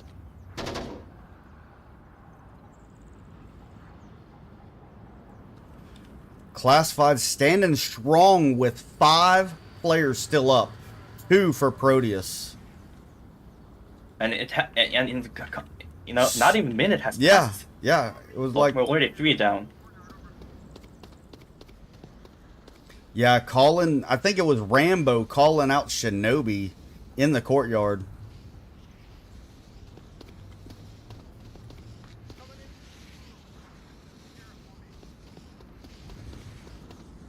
Shinobi coming around. And the comms are tight, but Shinobi knows where the opponent might be looking at him. Yeah. I was getting kind of confused with those call outs. Rambo, fish on, fish on. But Exactly. Saying that out would mean that, oh, there's someone who can catch me yeah, holding an angle.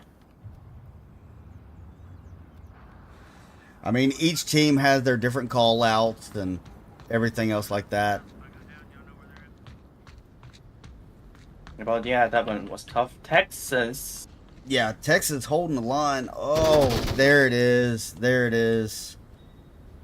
It's now all left up to the team captain, Peas, and he is in the far west. His whole team is down. It's all up to him. I mean, in this situation, what do you do? I mean, they have no idea where you're at. You haven't been in the fight. You've been going on this flank, so...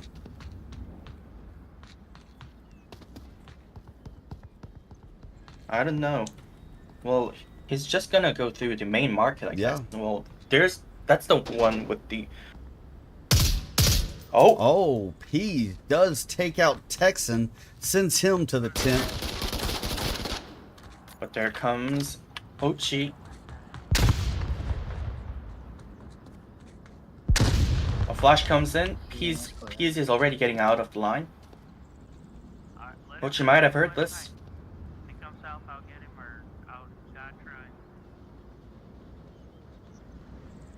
Yeah, going back on this flank, he was able to pick off Texas.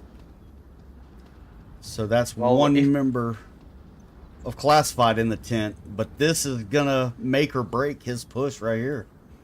Exactly. Ochi knows. Ochi is guessing, I suppose, but he is guessing pretty well. Yeah, absolutely.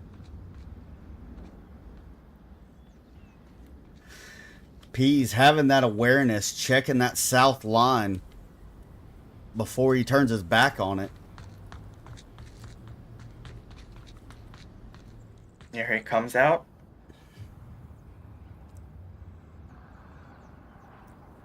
And Hochi with his discipline on that line, that's what I like to see.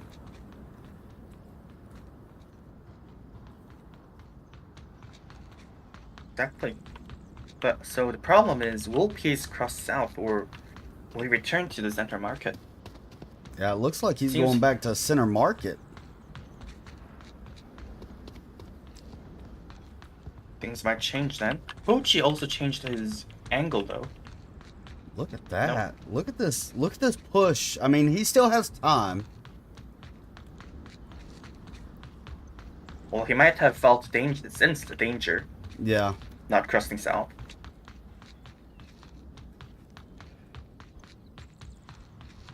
So the problem is now smoke's gone. Oh, look at that. Who is that that's exposed right here? Rambo, I guess. Yeah. Look at this. Slowly taking it in. Rambo does go down. Slowly doing work. Minute and 22 seconds to go. Now 12. Just running, sweating this push right here. Doing a lot of work. Oh, but it will be over soon. Yes. And Classified wins another round. That was a difficult push for Peas. I mean, he was still able to get 2 kills out of it. So, I mean, solid work on him. It just wasn't enough. Exactly. There's a limit one can do, especially if you're facing all 5 opposing team members. Yeah, correct. Do you think the pressure is getting to them? Because I know they were involved with a lot of this banner back and forth. I don't know. The time only remaining like 1 minute and 3 seconds. I think it really got to him because... Yeah. Well, if he had enough time, he might have checked that corner as well. Yeah, the KDs are looking pretty slim over here on Proteus' side. They've played 2 maps and they've only sent 3 people to the tent in those 2 rounds. That's huge. Yeah, I mean, I was expecting a closer matchup between these two. Exactly. Yeah. I mean, these 2 teams were undefeated so far. So. Yeah. Do you have Proteus' stats for Bazaar from the season? Coming up in seconds. Bazaar. Yeah, they've played it once, never won it. They lost it. Well, I mean, Classified must have done their homework. I mean, coming up in a Titan of season 16 in the Pay Your Way tournament, I mean, they really got boosted up there real quick. It looks like Classified done their homework. It seems so. They've picked the right map where your opponent is weak. Absolutely. And check this out. Oh, this objective is real tricky because you can send the object from 3 different places. Yes, and you can't be in one spot and watch that. Let me click over to round number 3. KDs are on the board. Seems Classified got the south side spawn. I'll go blue room then. C4 thrown right on that west road.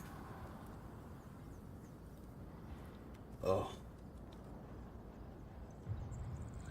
Hochi pushed up. Really quickly into that courtyard. Yeah. I mean, he's over there, like, even with Miggy as far as locations. I mean, he's right there on top of them. Exactly. Gunshots were fired. That was Texas shooting at the window. All right, yeah. In the opposite building. Clicked over to his POV. That was just a pre-fire shot. Pre-firing corner. I like that, how they're shooting in their comms on Classified. They shoot and they're telling their teammates that, hey, it's just a pre-fire and where they're pre-firing at. So that's some solid tight comms right there. So they know, hey, that area's been pre-fired. I'm not engaging anybody. I don't see anybody, so it doesn't leave your team guessing. Exactly. Although Proteus has set up a nice defense right now, and Classified isn't taking chances. Yeah, no. Even with 2 points, even with 2 points up, they aren't taking chances. They're really doing it cautiously.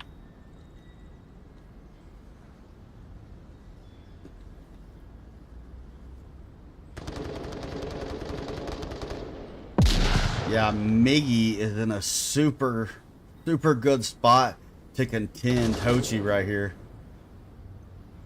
Well, if Miggy makes one small noise, yes, which we'll know. On the meantime, though, if Miggy turns around at this moment, Hochi will be dead. Yeah, nope. Even before he realizes it. Yeah, not anymore. He has made it up the stairs, and he may... No, he ain't going to have a line on anybody. But a lot of pre-fires going out. Nothing's connecting. Everybody's still... Oh. Texas downs P's. If Miggy rotates... Yeah, Hochi knows it. Hochi knows Miggy is below him, and so does Miggy. Yeah, this is when you need to start communicating to your teammates. I mean, Select could easily rotate and take that shot through the windows. Yep, someone else called Miggy. I can't see who it is. I seen lasers. Oh, it was Pounds. Miggy caught Pounds. Hochi is waiting. Hochi is slowly moving, trying to ambush him. Oh, Rambo does get Miggy. I was expecting a drop shot from the second floor. That would have been an awesome replay. Exactly, but that wasn't the case. Yeah. Still, smokes are being flown in right now. Yeah, Shinobi crashing objective. Select gonna have a line preventing Rambo and Street Villain from pushing objective, but it's not gonna affect Hochi's push. Exactly. Oh, Hochi deployed a smoke. Select will now know there are someone's there. Oh. Select catches Hochi, though he did take some damage.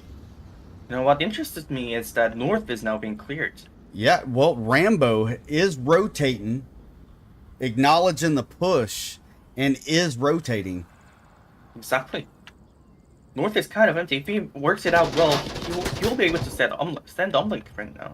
Yeah. Oh, Street Villain does take out Select. It's now up to Amakosik or Amik and Shinobi. I mean, from this angle, they've got the two main. Yep, Amik so Rambo. Yeah, they've got the two main areas that's capped. Amik cut Rambo. Oh, No. Shinobi catches Street Villain with a flying C4. The barricades on the pallets on up. Shinobi catches Street Villain. Yeah, but Villain was able to make those call out. 47 seconds to go. Texas is close to uplink. Yep. And he knows where.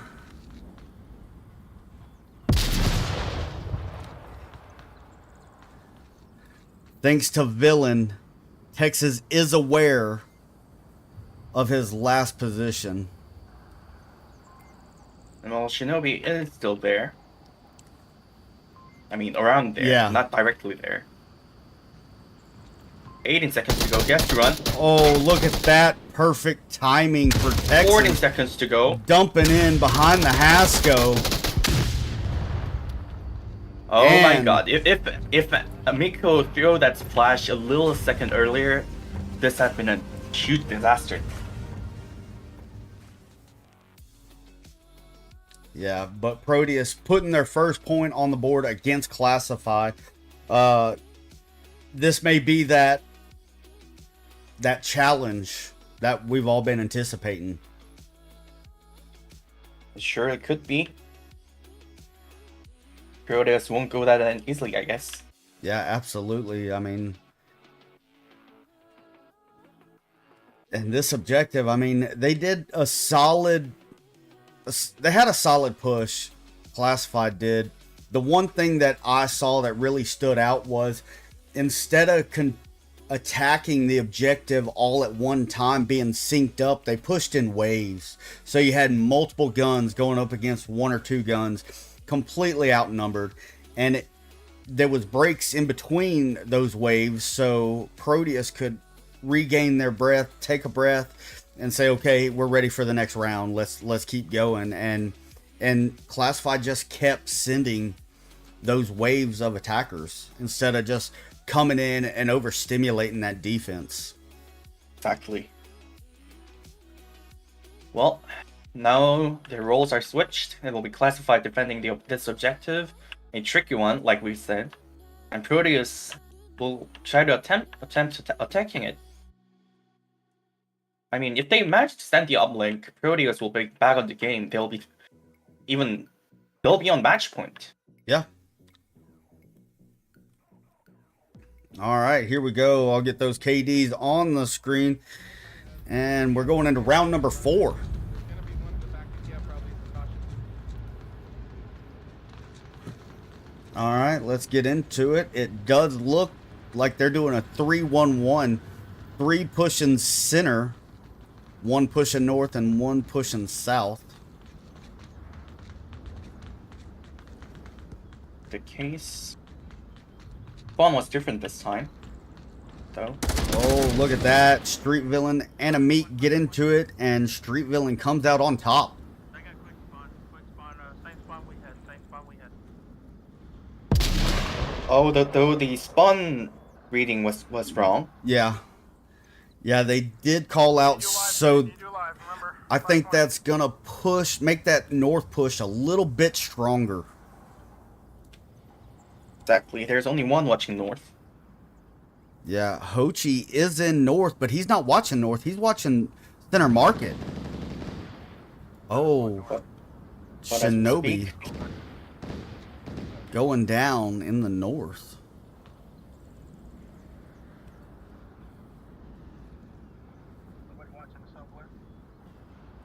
Proteus now 3 members I can alive. grab it. Okay. Okay. Cool. Oh, I couldn't see Texas on the mini map down there.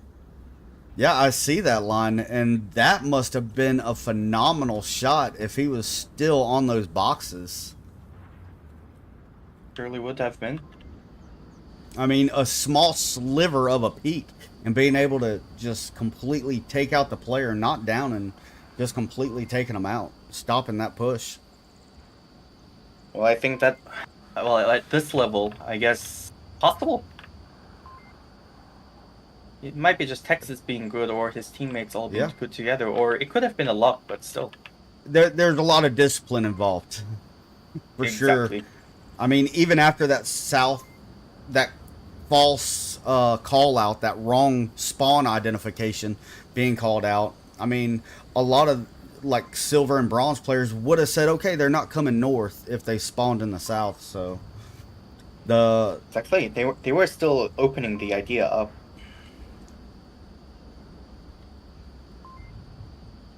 and Pounds has a pretty good position right here. He doesn't have a whole lot of shooting opportunities because the Hascos are in the way, but he is very well protected from like a shot from Miggy or something like that. Surely seems to be the case. Miga is slowly moving around. Oh, this is an angle amazingly held by the two players. Migi catches Street Villain. Lost street. Select Pie joins with Migi. Yup, and that line is where selects at. Pie or Pounds has been keeping an eye on that. So who's gonna win this, Select or Pounds? Pounds is ready to get up. Yep. Makes the shot. Oh, but the bullets hit the wall. Yeah. So does Select Pie's bullets. One's on that window. Looking Grenade comes in. Oh! Very good placement. Not enough though. Pochi's rotating though. Select Pie has been hit. Oh. Another flash. Oh, Knifing was that a Select Pie. knife? Another knife coming out. It's only now it's now Migi alone, and Hochi I think is aware that he's here.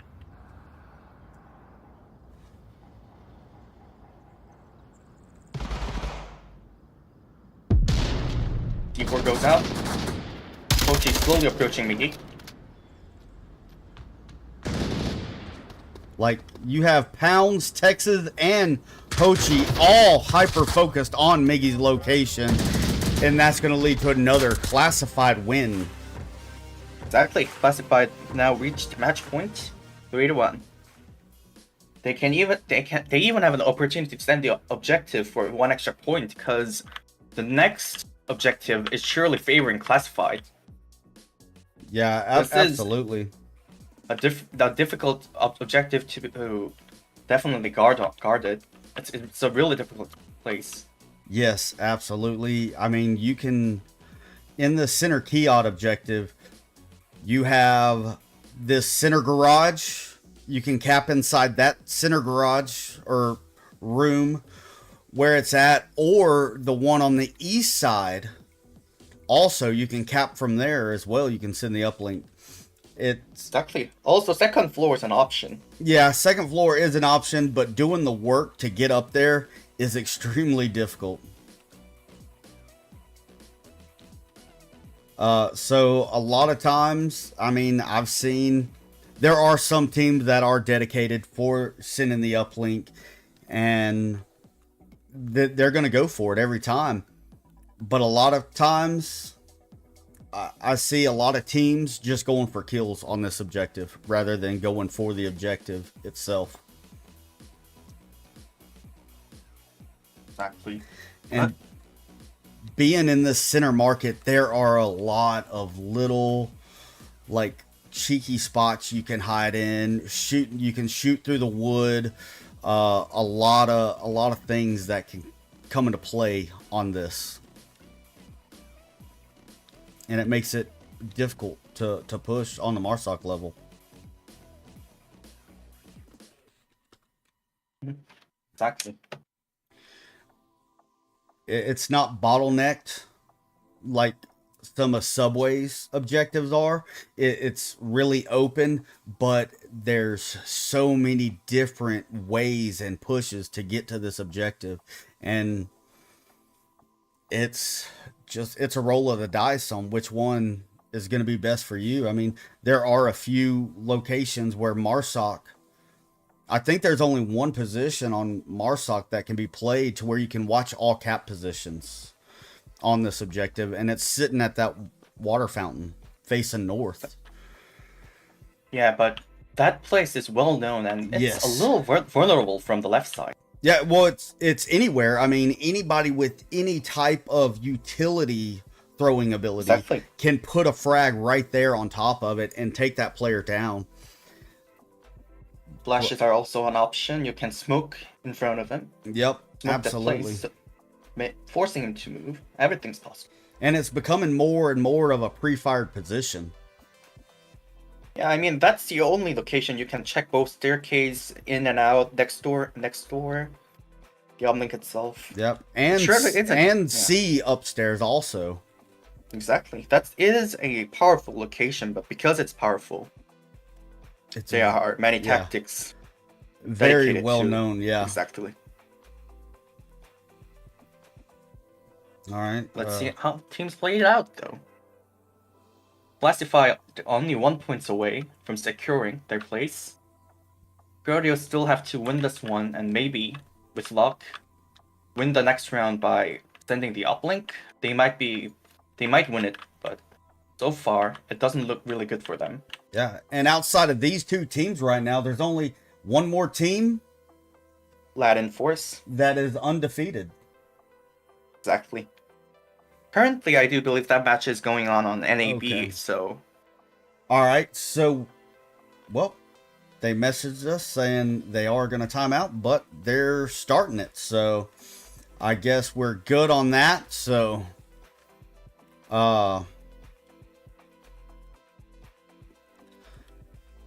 here we go. We are going into round number 5.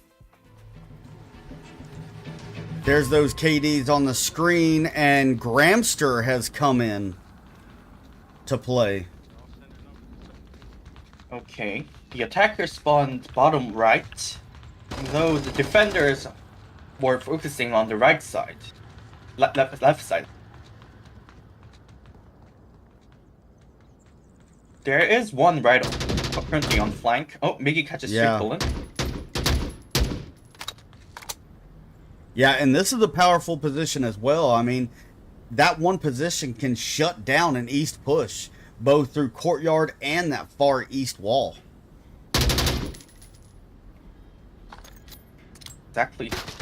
Oh. Miggy's but taken down. I was about to say he By was holding Hochi, 3 yeah. personnels. But yeah. Yeah, being outnumbered, he was about to go up and contend 3 guns. Hochi, Rambo, and one more in the far east. I mean, that comes back to that match we casted in Suburbia, or in Quarantine, where you're spread so thin, no one can get your refrags, and that was one of those positions.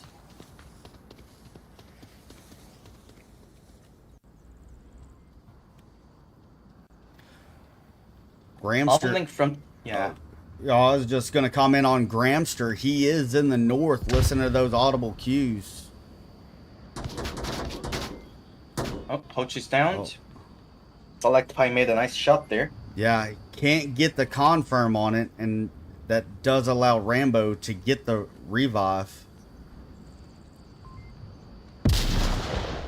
A grenade, but yeah, Hochi was already down. I mean, he had already moved down the staircase. Yeah, Texas does pick up a Meek, just downing him. He can still give callouts. And is P's going for the revive? I don't know for. Oh, look at that. That was so close. Almost got Texas with that frag. A another grenade coming in. Amico has been revived. Yep. All right, they did correct. Rambo has been flashed. On me, on me.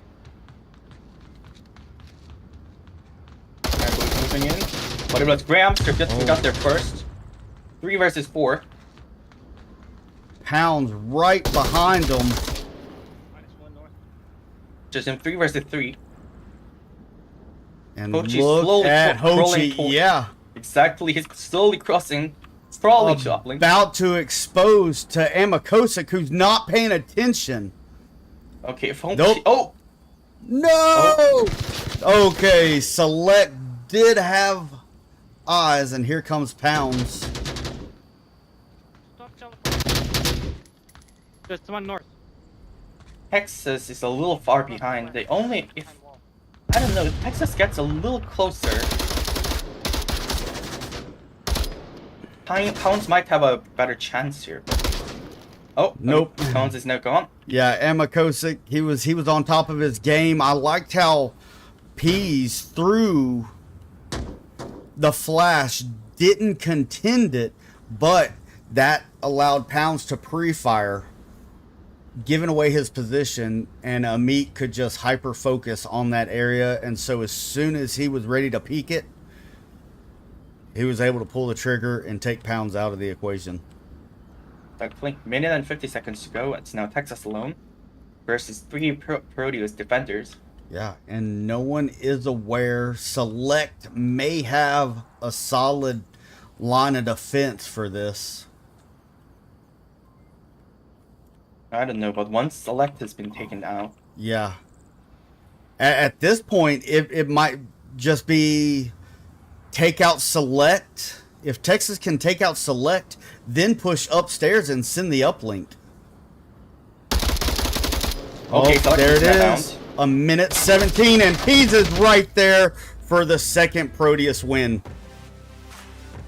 now I don't really know which team will come Yeah, out. 'Cause- you can't predict it. I mean, both Yeah, of 'cause these if- teams are yeah. fighting. If Proteus manages to send uplink here, that'll be a huge comeback win. Absolutely. Classified now has to defend this one really well. Well, I mean, the way Texas is playing this Overwatch position, his strengths are really going to come out on this objective. I mean, yes, his positioning, if he does choose to either sit in second floor Kiot or maybe even east side stairwell from the courtyard, those are both very meta positions. But, I mean, he's been doing a lot of good work as an Overwatch. I mean, even like when he contended in the north, he had that little sliver peak. He was able to do work there. And on this objective, even pushing Marsoc, taking just down an Amik in the north, having that Overwatch position or that DMR role. I mean, I think this role is going to shine on this objective for those early picks if they get that spawn identified. Exactly. Everything matters now.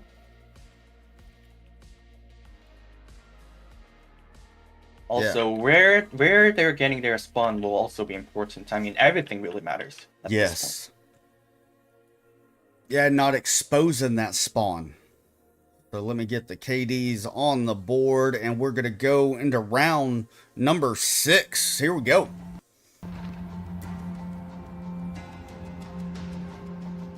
Left side spawn. I don't know whether that's good to Proteus or not. We'll check that out pretty soon, I guess. Yeah, look, Texas with 7 kills and 3 deaths. Top fragger for Texas. Migi holding in line, or whoever dares come there, or peek their head out. Oh, he's going to hold a similar line to where Miggy was, watching that east push, and it looks like he's going to be able to hit Peas off right off the rip. Oh, he does miss Peas, and that's the one they have to worry about. exactly. We still have Street Villain covering him up. He still has a chance of catching Peas. Yeah.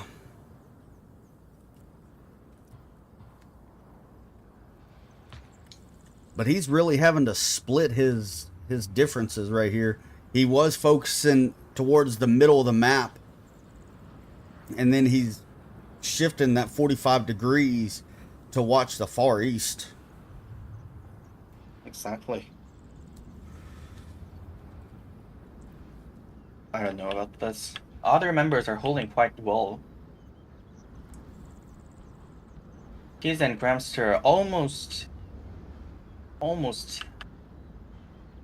They're almost only a right few here. steps more.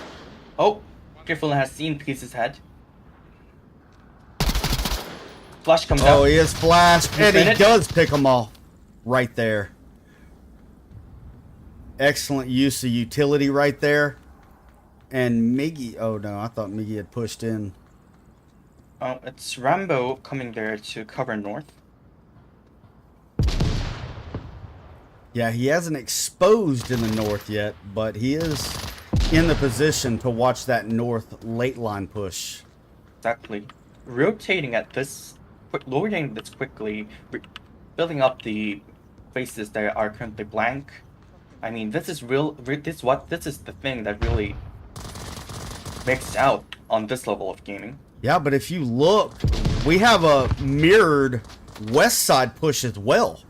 And you've got four Proteus players in the north side of the map now. Oh, they're being stacked up. This is dangerous.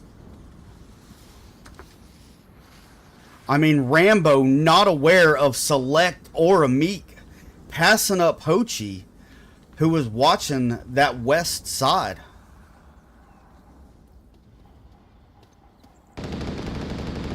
Pounds catching Miggy. 4 against 4. Oh, look at that. Smoke right. Oh. Right up north. Rambo's. All right. He came out. is flashed. Double flashed. Hochi cut him. Oh, Rambo cut him. 3 versus 4. 3 versus 4. There's still Select Pipe behind there. Yeah, Texas does looking for rotate him. out. Yeah. Oh, Ramster trade. gets the Rambo catches trade. Select Pipe. Oh, Yeah, and it's it's now Pease all alone. up to Pease, the captain of Proteus. The weight's on his shoulders. If he's out, then they're out. And he's out. And Classified wins it 4-2, sitting down the Titan Proteus. Classified is undefeated. Exactly. That's definitely, well, makes their location solid. Yeah. Let's see. We have Texas top fragger with 8 kills and 4 deaths. Pounds right behind that with 7 kills, 2 deaths. Let's go and check and see. If you want to break down that last part of the map, I'm going to go through and see what other matches are still going on. Sure, everything was really, I mean, it was really tight, and it was all, if you recall it back, it was really second by second. I mean, Pease alone, if he had checked left first, he might be able to have caught Hochi, and things could have gone differently. Yeah, the north side, I mean, the defenders well defending out the north side was also a thing, if we can recall it. Yeah. Well, Does look like we have another match going on. Stand by for a brief intermission. Well, let me check first. Let me check. It may already be over. I don't want to get everybody's hopes all high. Okay, yeah. Just stand by for a brief intermission, and we will be right back with you with... Who is this? Wrecking Crew versus Blaze, it looks like. So stand by one moment.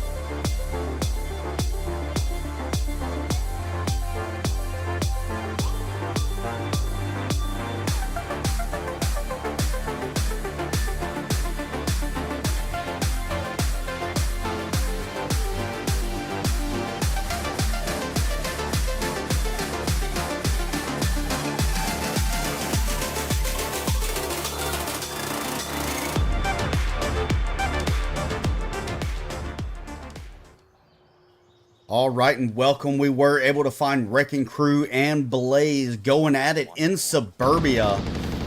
Right now, Wrecking Crew is on top with 2 wins for the map so far. Blaze with 1.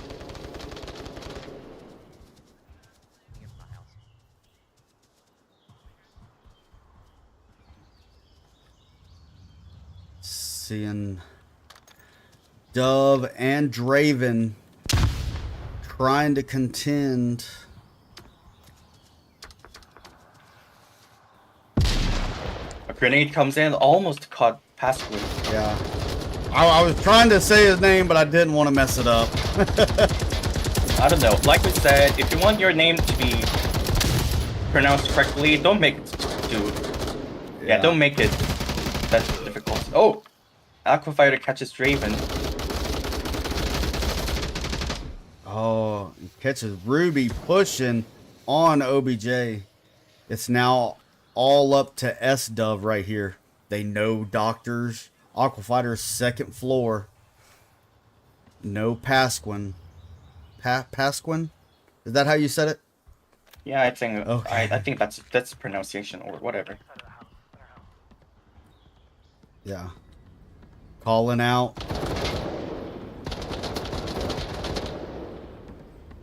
Dove is moving in. I think he decided to take Pasquin out first. Oh, Doctor has a possible line. And yes, that is going to be a Wrecking Crew win, right? Yeah. Or Blaze wins. Oh, I had him wrong. My fault. Well, we got to correct the scores anyway from jumping from match to match. Makes it difficult for the assets. Let me get those fixed right quick. So, let me go back here and correct it. It is 2-2 right now on this match. So, Blaze took that last win. So, oh, and it's a 4v5. It looks like now. It was a 4-4. So, we shall see. Ghost Killer coming in.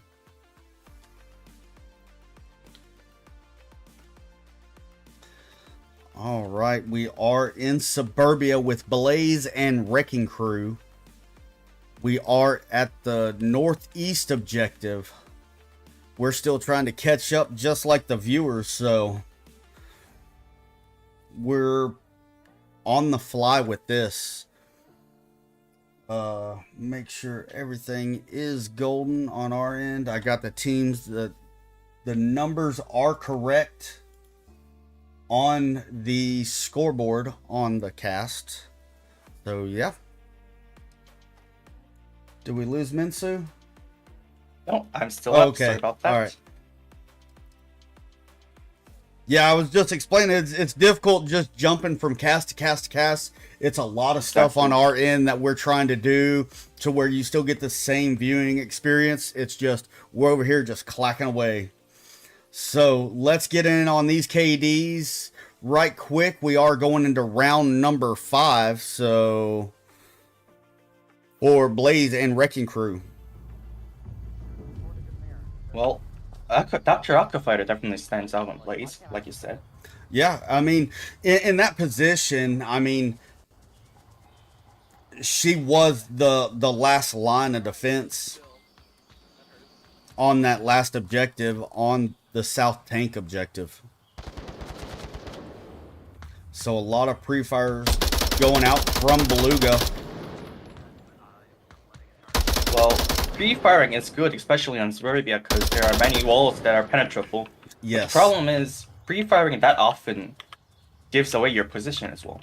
Yeah, and especially from this player right here. Beluga is a very well established map maker. He makes a lot of maps, and he has that knowledge on like making things penetrable and not penetrable. So, oh, and Misty, the team captain of Wrecking Crew, was able to pick Beluga off. And it looks like Aquafighter is hunting for the refrag on that, but not able to connect. Grenade comes in. Yep, just missing each other constantly. I mean, they're just taking turns peeking.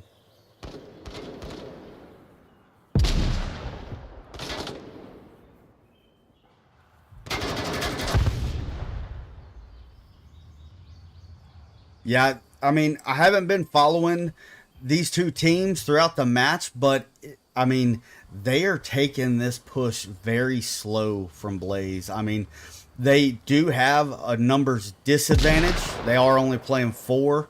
Wrecking Crew has 5, so playing a more slow match is the smart play.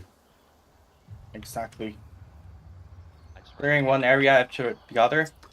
Oh, No matter. Oh, that was so close. so close. I mean, that would have been a game changer for sure. That frag missed. Exactly. That's a shame if you are Blaze Pen. Does look like they are all trying to consolidate to center house, and then gonna just fan out from there. And Wrecking Crew has a solid defense strategy set up. I mean, yes, they are owning all of the north side of the map. Misty at the very northeast. Yo, center house window. And Zero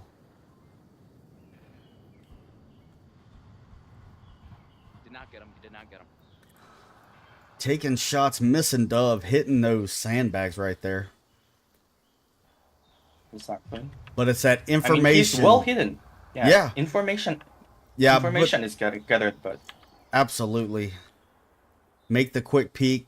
Rotations are being made. So.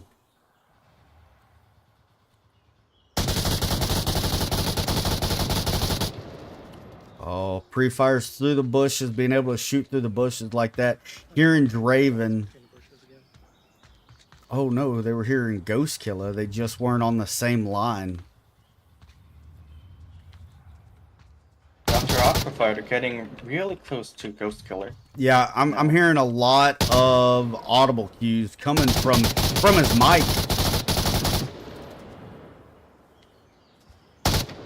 Oh, he could see S-Dove right here, huh? Oh no, he missed No, it. it's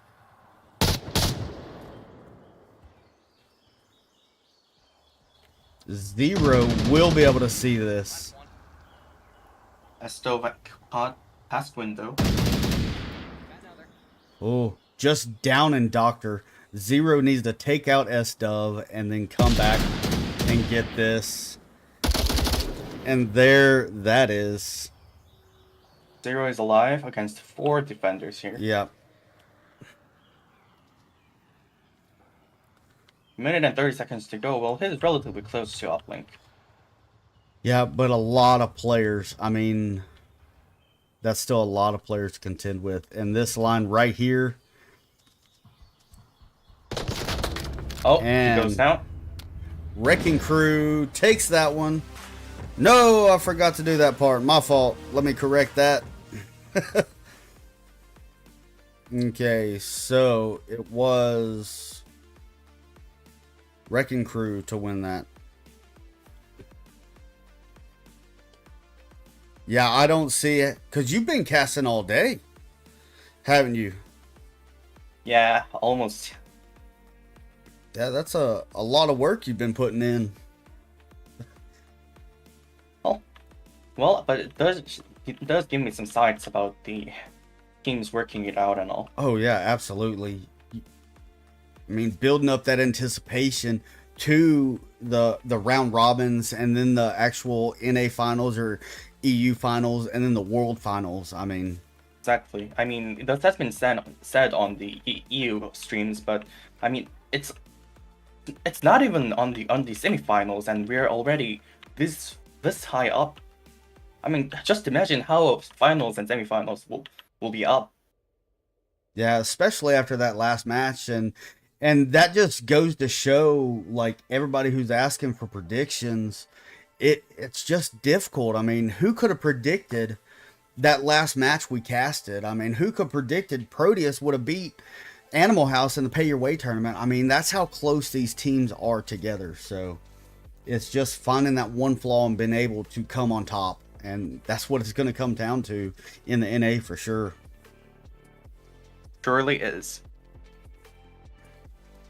All right, and here we go. We have, let me get the KDs back up on the screen. And here we go, round number 6.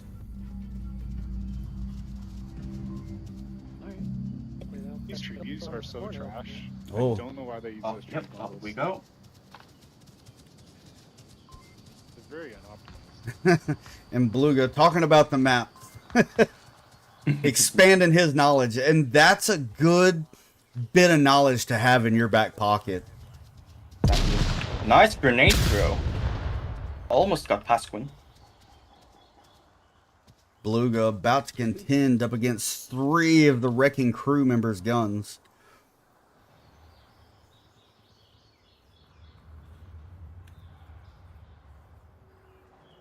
But sitting, holded, hunkered down. I might say Blaze's defense on lane 4 is a little thin. Yeah, well, they only have 4 players, so they've got to play it smart. Oh, Beluga jumping out on S-Dove, not watching Draven. Bold move. He was able to take him out, but at the loss of a teammate on his team. I mean, 4 versus 5 versus 3 versus 4. I mean, it's the same. Yeah, it's the same. And I mean, it's worse for Blaze. They've just lost one more angle. Yep, 100%.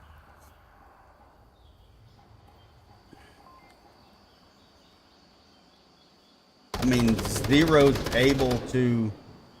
Oh, Doctor goes down. That was a down trade. So... This isn't good. Who Well, is that? Ruby will be rezzed easily. Yes. Yeah. But... Yeah. Confirm fire coming in. Paskin did manage to catch Ruby, though. Yes, and that shifted Misty's push. I mean, you see that direct audible where he's like, nope, hard pass. Ruby can't make it, I can't make it. Oh, that was perfect. Yes. Blocking Pasquin's view towards lane 4. Oh! Instead, he found another prey. It's now 2-2.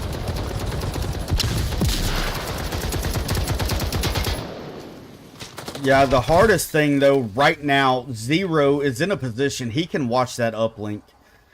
He can get picked off, but with that shift on not allowing him to go far north, and if Wrecking Crew can sync up, they can really take this win right here. I mean, he's not focused on Misty whatsoever, so Misty will have the jump on Zero. Exactly. 2 against 1. But I think Misty might have seen him. Oh, wait. Just overlooked him. The bushes completely blocked his view out. Look at that. Okay, this changes everything. Yes, it does. If Misty thinks that area is cleared and moves out, well... The call out goes out. Draven's gonna push this line all the way to objective with that much more confidence. Oh, Draven might see Zero. right here. I think you can see right him. here. Only a Oh few my inches more. gosh, look at that. He's not paying attention. Oh, Yeah, and he actually catches him. and Wrecking Crew. Wins it. Yes, that is 4, and I think that's everything we have. I mean, if there's something you want to analyze or talk about during that last match, go ahead. I mean, I couldn't see the whole thing, so it's kind of difficult to... I don't know. I mean, it was a miracle at the first place that what am I saying? That bush blocking the view, but wow, it's just amazing. I mean, Yeah. the timings, missing the things, covered by bushes. I mean, that really was an amazing sight. Yeah. But in the end, Wrecking Crew with one more player alive made just moved into the other angle, and well, here we see the results. Yep, absolutely. And that's going to conclude, I think that's going to conclude, what are we on, round 3? Exactly. Yeah, that concludes round 3. I don't see any more maps up available. So, y'all hang tight for this short, brief intermission, and we will be back. I will try to get in here and keep in the chat on what rounds are going to be played. If there's somebody you want to see, go ahead and put it in the chat below so we can bring you what you want to see. Not what we want to cast, what you want to see. That's what we're here for. Y'all just hang tight. We will be back momentarily.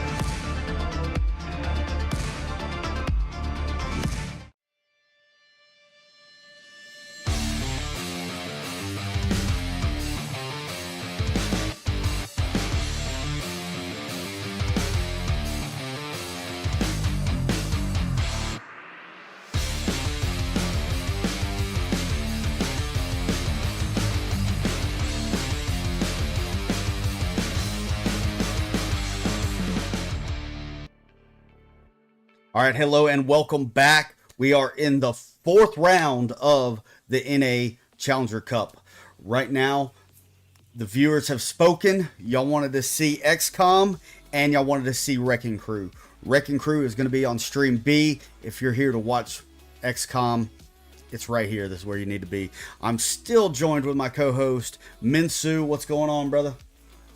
Oh, everything's going well. So yeah, like you asked, we brought XCOM versus Proteus.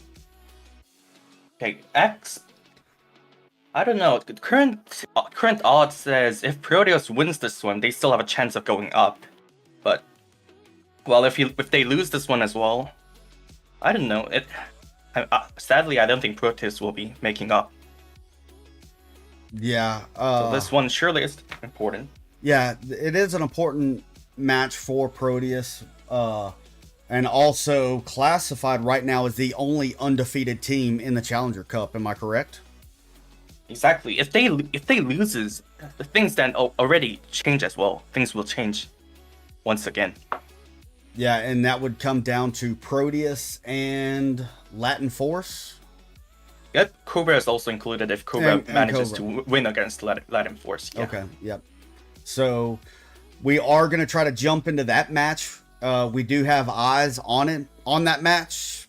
So we are going to be getting those details slowly. So we can keep y'all up to date on what's going on in that match as well. So we are filling up the lobby right now. Let me see. Let me go ahead and swap teams because I think that's how it's going to be. Yup. Hopefully. Yeah, so our lineup for XCOM is going to be Wicked NJ, Operator Yuri, the 2IQ, Care, and Durg, or Envious. For Proteus, we have God of Shinobi, Peas Gaming, Gramster, Fog Cabin, and Miggy. It looks like Select Pie is stepping out for this map. So we are on Suburbia, and we are at the burning building in the southeast. That's our objective. So let's get into round number 1. You ready for this, Minsu? Yeah, exactly. All right, here we go. On Suburbia once again. Watch for Dirk. Proteus is rushing in, I think. Yeah, they are keeping an eye out on Dirk rushing in, and that's exactly what he's doing. Holy cow! Dirk Look with the tablet at south. that! He's now capping. Dirk with the tablet south. He's capping, and he managed to cap it. Holy cow! 30 seconds. They called it out. Oh, look, I messed it up. My bad. We will get that corrected. XCOM with the cap. 30 seconds. Exactly. If XCOM wins this one, oh my god. I don't even want to imagine what will go through. Yeah. Oh, look. I mean, let's this go will here. change all the odds.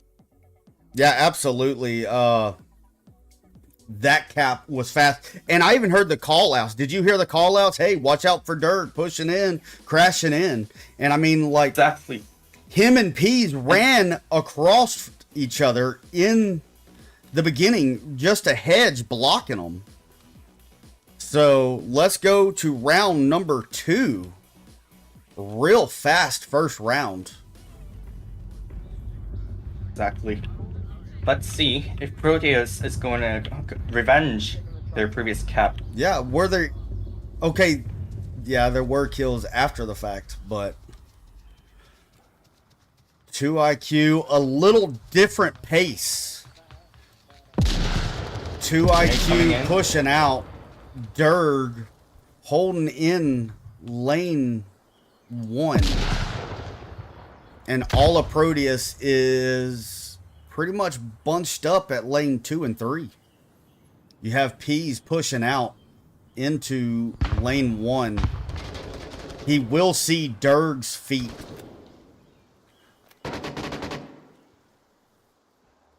Maybe checking There it lane 4. Oh, is. Peace catches Dirk.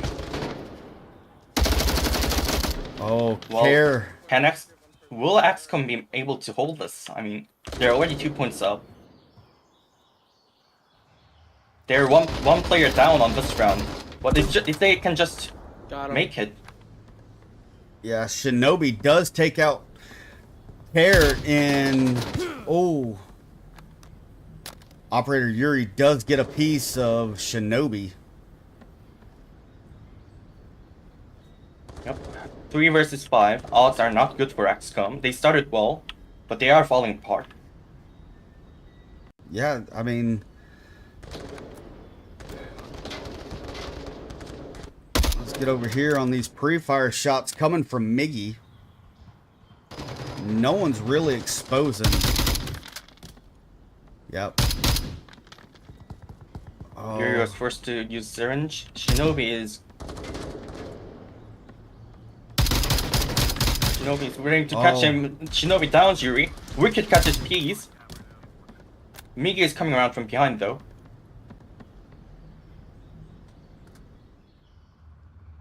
Oh, Grenade was look at that. placed. Flash comes out. It's now 1 versus 3. Yeah. A All right. flashbang. 2 They can send IQ. the uplink easily. If that's what they're after. They can send the uplink Yeah, here. I think they're trying to go for object. Oh my gosh, look at that. Oh, 2 IQ is doing work. Is on fire. 2 IQ definitely is on fire. Shinobi heard him rotating. There's no syringes to get fog up. Which is huge. Yeah, like he's right there. He can help his partner out, but doesn't have the equipment to do it. I mean, he can get brave and try to push to another body, but... Exactly. But Yuri is watching, telling 2 IQ. Yeah, Right? absolutely. He's talking, right? Yeah.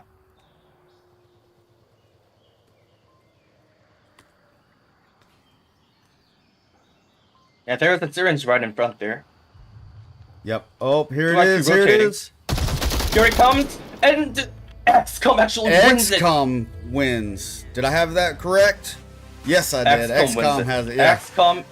XCOM is on match point. 3-0. That's insane. Let me get some of these scores to match this match.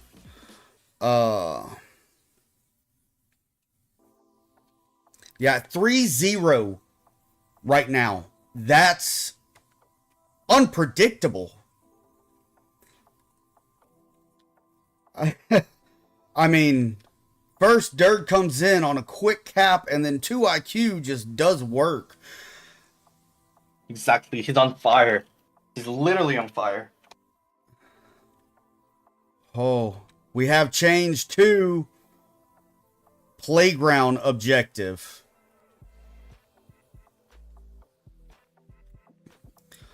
They did not get quick spawn. We will go over to these KDs right quick. And we're going to be starting round number 3. Everything ready, utility, everything, call it out. All right, making the call outs, getting the game plan, watching out for Dirg. Shinobi was forced to use syringe, and we all know what happened back then. Mig is down. From a pre-fire through a fence and a bush. Yuri catches peas. 2IQ and Dirg are moving in. Shinobi deploys at C4. Shinobi catches another. It's now 3 versus 3. And they have no idea what the kill count is. Exactly. More smokes coming in. Shinobi rotating around. Fog Kevin catching Wicked. Down trade. The first call out.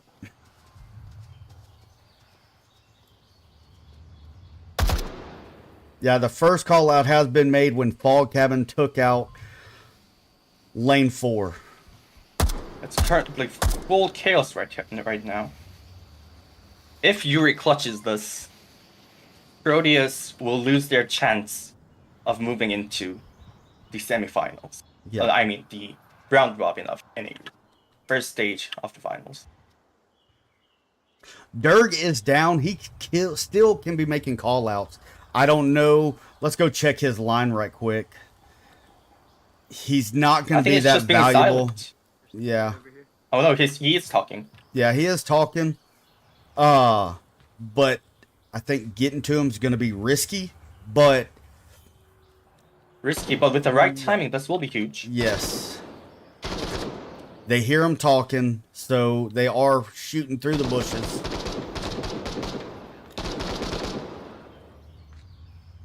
But still, Proteus, they have no idea what the echo is or what's the remaining number of XCOM players are. That's the reason that they can't come in to confirm it. Who knows what? I mean, they're currently in a situation where they don't even know what will happen. Even with confirming the kills.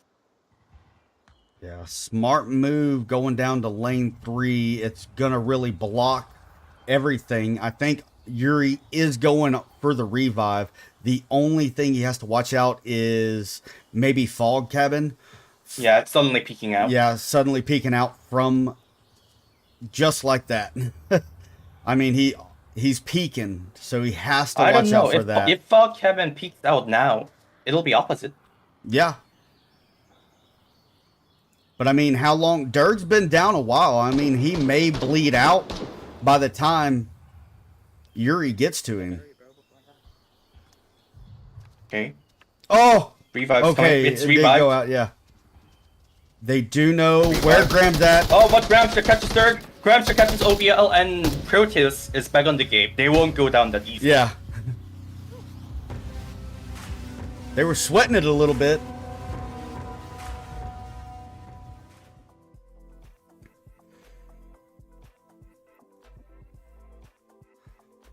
All right, so yeah, got a Shinobi still sitting on top fragger 5-2 for Suburbia right now. I mean, throughout this whole throughout the whole NA Challenger Cup, I mean, he's been putting some strong numbers up. Surely is. And here we go. Proteus can afford losing one more round. Yeah, here we go. I will put the KDs up. Oh, it was a round reset. Oh.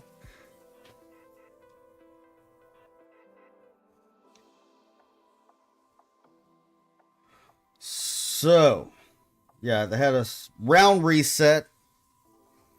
We still have the same rosters, so this is a pretty quick match. A lot of XCOM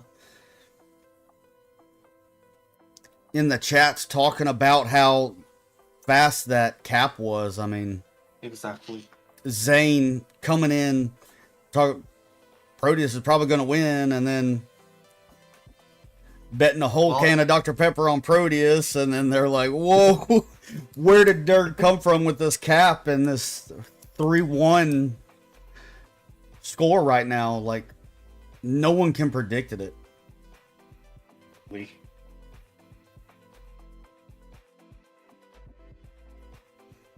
Absolutely. What do we... Did they have a drop? No, they didn't have a drop. Okay. Yeah, we are still in the playground objective.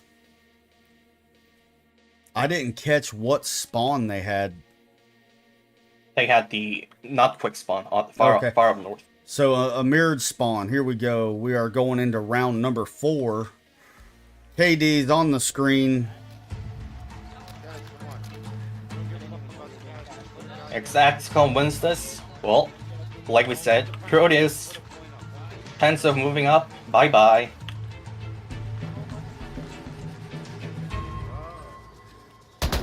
Yeah, and Free even fire if... coming in.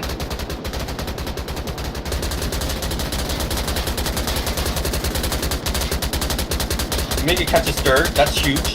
Yeah. P's taking a long flank over here, coming in. Wicked is in danger. Graham looks his way.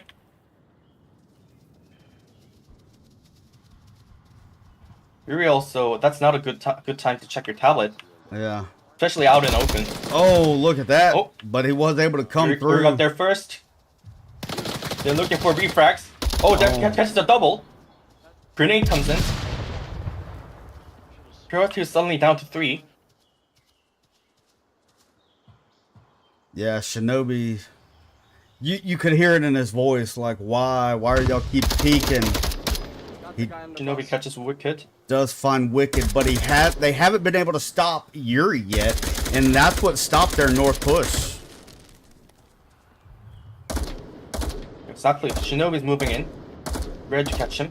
A smoke was deployed.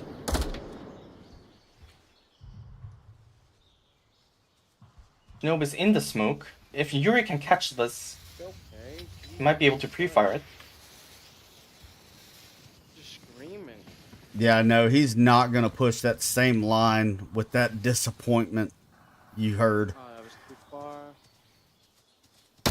In the meantime, Pease is rotating. He's already on South Street.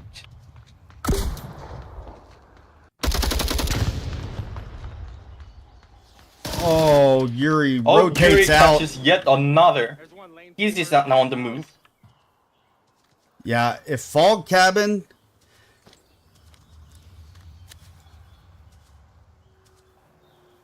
Yeah, Fog Cabin can keep Yuri contained and actually get some more people involved in this north push.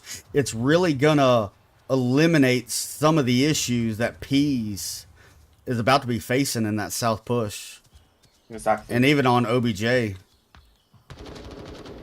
There's He's caught one. the IQ. Oh, I got the double. Now Yuri alone. Will he be able to clutch this? Is the problem now. Yeah, keeping Yuri contained over there in lane 4. Oh, look at that. I thought that nade was coming for him.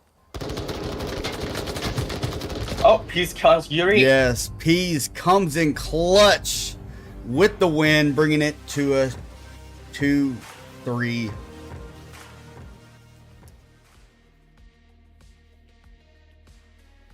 And the uplink has changed. Yes, the uplink has changed. We are in the far south spawn in the garage.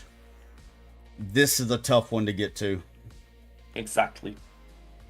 You're bottlenecked to one, or how many entrances? You've got 3 entrances to just to get to spawn house yard. But once you get on objective, that's the hard part, getting to objective. Once you get to objective, that's where it starts to get a little bit easier for you. There's a lot of places that you can get and cap. Exactly. You can safely hide behind the garage. You can set it from next. Yeah, the backyard, the side of the wall. I mean, but it's just getting to objective is the hard part. It surely is.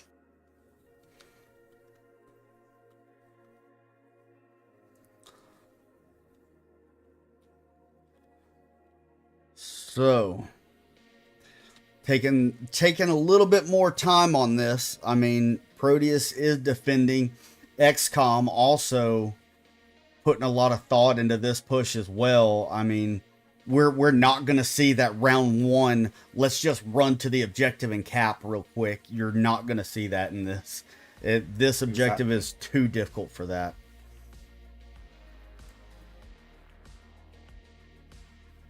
Well, so the only option for XCOM is to carefully eliminate the Proteus defenders, but Proteus also knows this as well. They will use this as their advantage. Yes, absolutely. Oh, it looks like Proteus did lose a member. I don't know if that was intentional or they just trying to get a sub in. Okay, there is a vote kick, so it's probably a sub in. But, and who is that? We'll have to check that out in a few Oh, it's moments. Miggy. Yeah, Miggy is the one that's no longer in the tent. We still have a full roster for XCOM. We have Wicked, NJ, Operator Yuri, the 2IQ, Care, and Envious, or Durg, aka Durg. Doing solid work in that first round. I mean, they're still talking about it. Please. Well, if they can't get a fourth in, they'll just have to start, which will be disastrous. Yep. Oh, they got one in. Yep, and they Select Pie, I brought think Select Pie back in.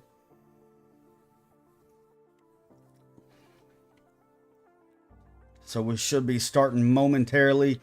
And remember, after this match is over, we will be going directly into another cast after a very brief, short intermission so we can get the assets correct.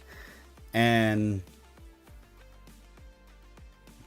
trying to bring you that action on Cobra, right? Versus Latin Force? Exactly. Okay, if Proteus loses this one, that match becomes more important. Yes. Because that will be deciding who gets up to the second place. Yep. Anyway, So XCOM is pushing from lane 4.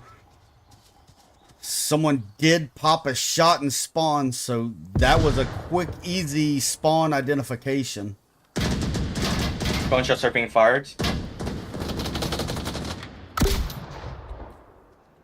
Smoking out.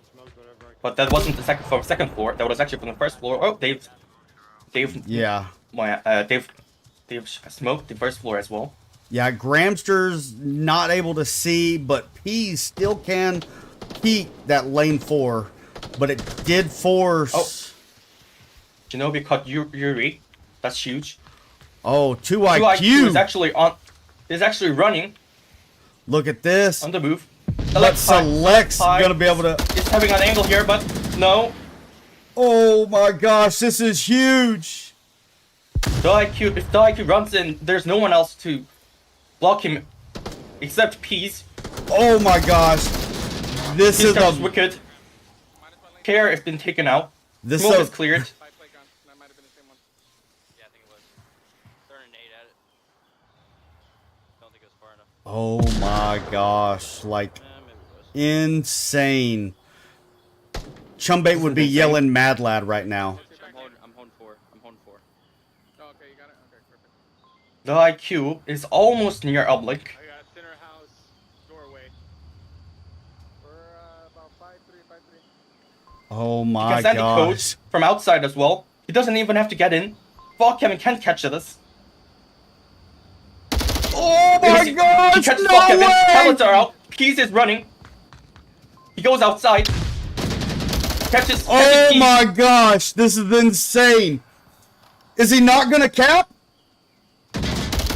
Oh! Well, he caught another. This is now this is the chance. Tablet's still not coming out. Flash has been hit. Select finally got Shinobi running in. 7-3, 4. Oh, Trade. It's now 1 versus 1. Durg is on the move. Durg has seen Select Pike. oh but it's my Select Pike gosh. who won it. Oh my god. Insane. Oh,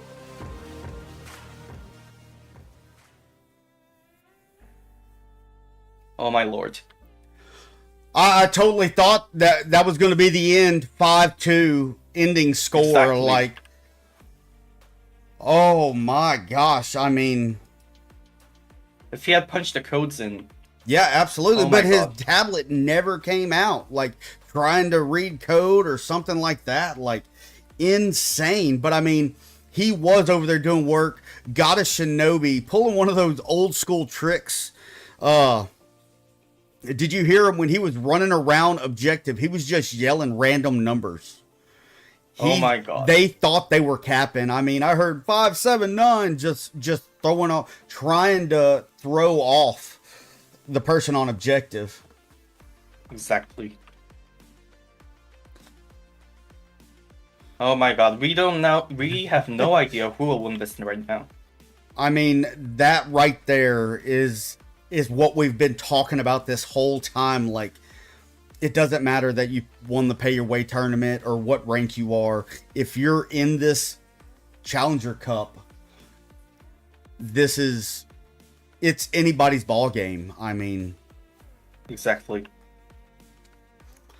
got a Shinobi still pushing numbers out. 9 kills, 4 deaths. 2 IQ for XCOM with 7 kills, 4 deaths. They've lost Dirk, it seems. Yeah, they've Oh. lost Derg, so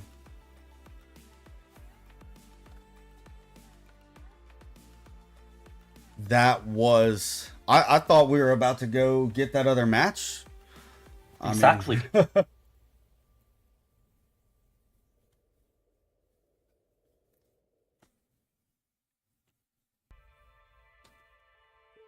I don't know what will happen next. It's completely out of Yeah. my control. I can't even predict it. yeah, a lot of people are losing Dr. Peppers in the chat right now. Oh, that's that. They're betting Oh. Dr. Peppers. Yeah. Yeah, That'd be fun as well. yeah. We No, were, I myself would have joined one if I lived in USA, but well, well, we were betting Dr. It's- Peppers yeah, like it- crazy at the con. yeah. Oh my god. That's all I can say.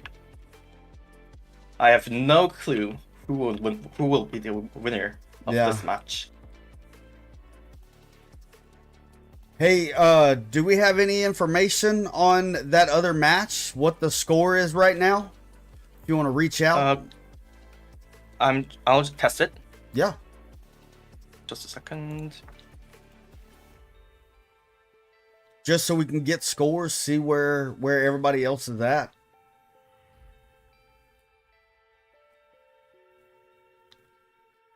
Okay, on the other stream B, currently they are casting. Just a second.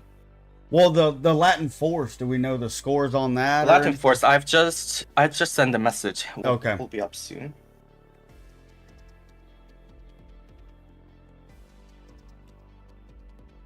All right, we still do not have our fourth or our last player. And this is going to be a round 6 decider. It is 3-3. XCOM has already capped once in the first 30 seconds of this match. Insane. Exactly. And Proteus has been struggling to get to this point right now. Almost getting capped on again. Exactly. We've been saying this again and again and again. If Proteus just loses this one, mayhem will break out. I mean, not that mayhem you might think of. Total mayhem will break out. Yeah. 100%.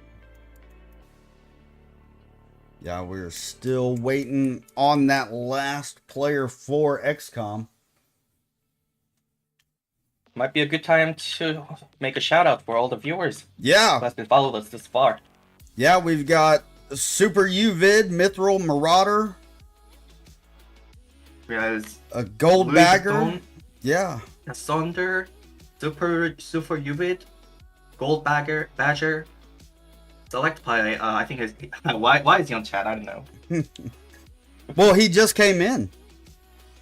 Oh, He wasn't playing. He got swapped out. Or he swapped Oh. in for Miggy. yeah, I totally forgot that. That was the impact of this match itself. Yeah. I mean, you've got Texas, that's from the last match. Wicked, same thing.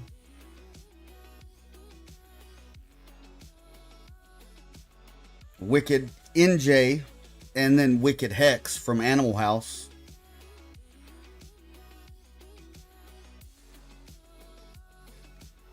Hina Reed. Solid matchup. We are still waiting. It does look like Proteus is readied up. We're still waiting. This is what like normal news programmers do to us, or like your favorite TV show. They leave you on a cliffhanger. You can't leave us on a cliffhanger like this. Exactly. This is not a soap drama. Yeah. Oh, soap opera, what am I saying? Yeah. They're trying to make it. You say in the morning. I mean, They definitely are. Who's gonna win this? XCOM or Proteus? They've got us on a cliffhanger. We'll see you next To be season. continued. That would be so bad. Like, hey, let's go check this other map. Nope. Yeah, still. Waiting at it. Come on.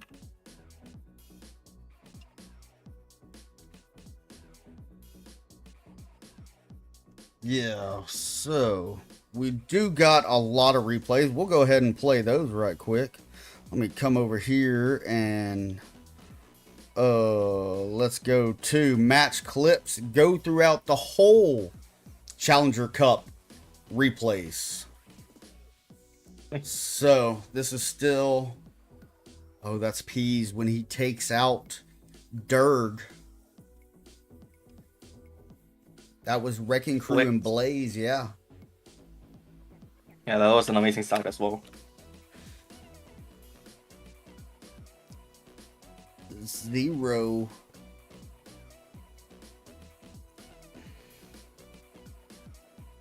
You know, I remember this one. Yes, that was a solid C4 right there. Just boom. And Shinobi's, this one was... yeah, Shinobi's pushed out a lot of good C4 kills. Exactly. I mean, this is real... I mean, throwing C4 is kind of... It requires some tactics. I mean, you got to be experienced with it. Or else you might just blow yourself up as well. Yeah, there's the other one from Shinobi when he took out.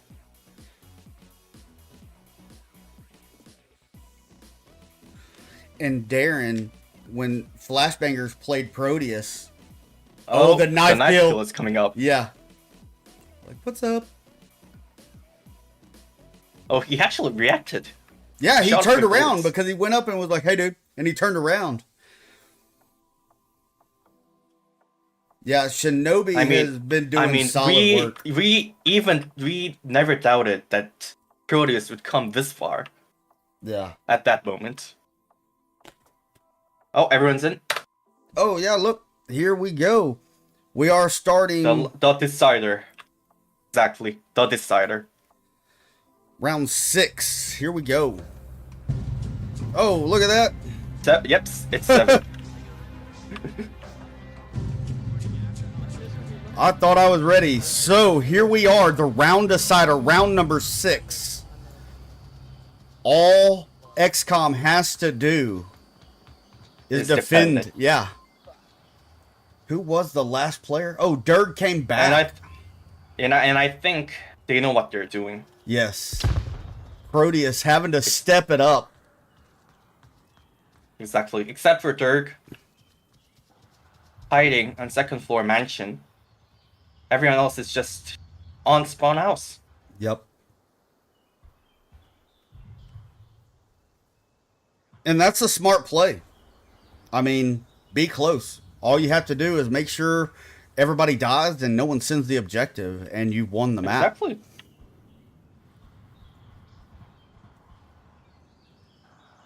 And Durg isn't even focused.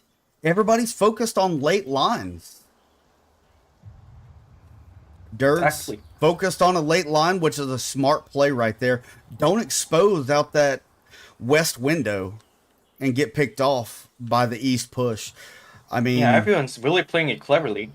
And Proteus knows that as well. They would expect by now that they are all hiding in spawn house.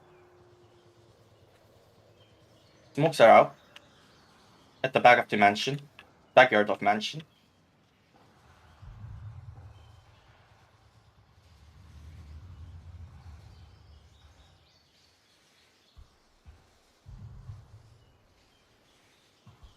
I mean, look at... I got to go over there and look at 2 IQ's line. Look at that.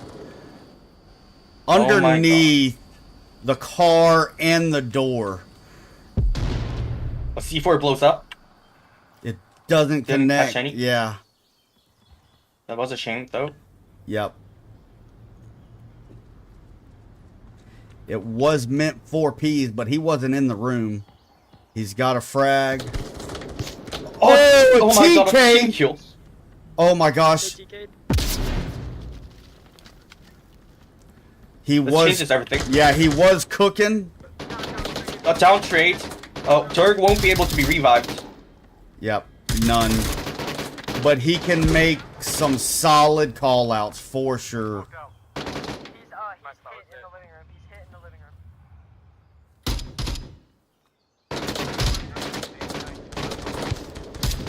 Oh, and he Oh. takes Shinobi down. One more playground. Playground. It's now 4 versus 2.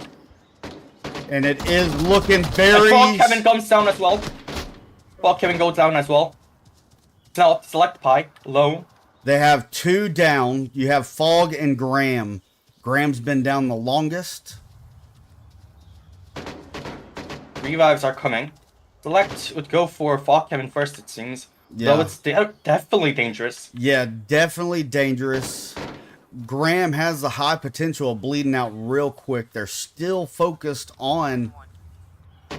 If Select Pie is taken out, things will be over. No revives, it doesn't matter anymore. Oh, that's risky right there, making this push. Exactly. I would have That just angle's risky. pushed on the other side of the bush. Exactly. This Because is not a good idea. They know Select Pie is here. Shots are being made. They missed it though. Yep. Alright. Revive is out on Gramster. They still have time to get Fog Cabin up. Down, called me out. Exactly. 2 minutes to go. I mean, they still have a few seconds more, but Yeah, Select. Calling out. They called him out. It's... Oh, look at that. Shot. Got the guy Volk house. we were downed. Yeah, just downed him. Yeah, still resable. Yeah, so that makes it Graham a potential dangerous player right now. They're unaware. They see Select pushing out. They think they're 1 left. Yeah, lane 1 truck. Here we go. Care not. Watch that upper. Stay low, stay low, stay low. Proteus having to fight through this. Derg still with the Minute and 20 opportunity. seconds. Yeah, Derg still Exactly. able to call out anybody who pushes in the Oh, driveway. that's no level available. Oh, it just went away. But they will get that revive. Yuri will get that revive.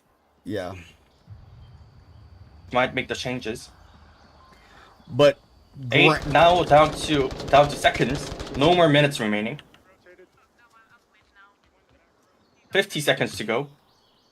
yeah, a lot of area to cover and a big push.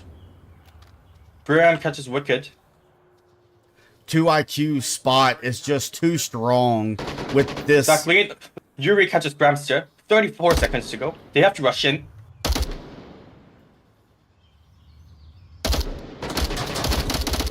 Oh, this is huge. 25 seconds to go. Select Pie's down. It's now Fog Cabin alone. Oh, go to the backyard. That's the only way. He don't. but He it didn't was know. taken down. Oh my god. Go ahead. Oh my god. And XCOM wins. Oh my god. Yes, I'll be checking on the other lobby. Yeah, go check right quick.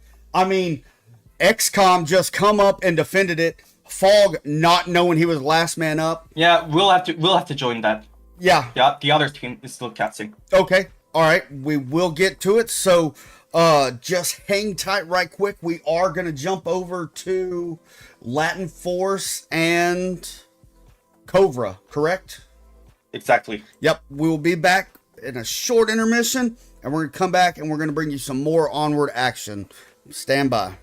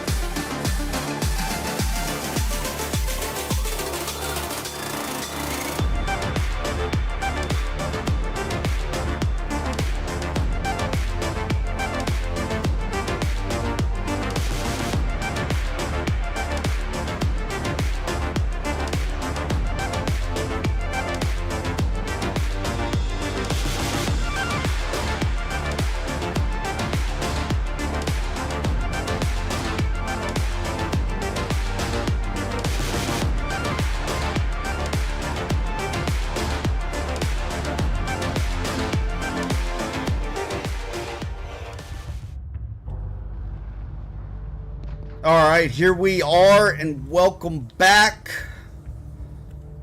This is Latin Force versus Cobra. This could be the round decider. We are in the East Courtyard objective at the mall. Latin Force getting the middle west spawn. Let's go follow. Maybe not. No, maybe not.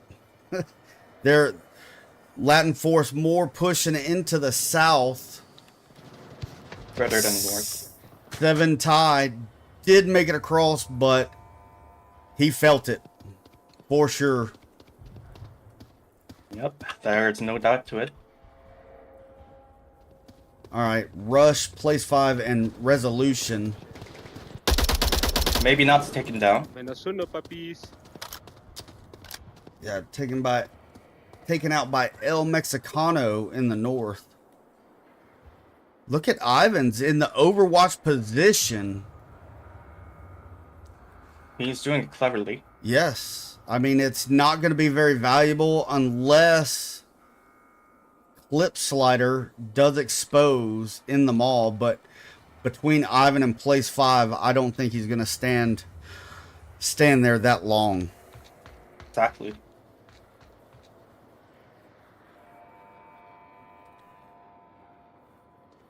We also have Place 5 up on the hospital rooftop.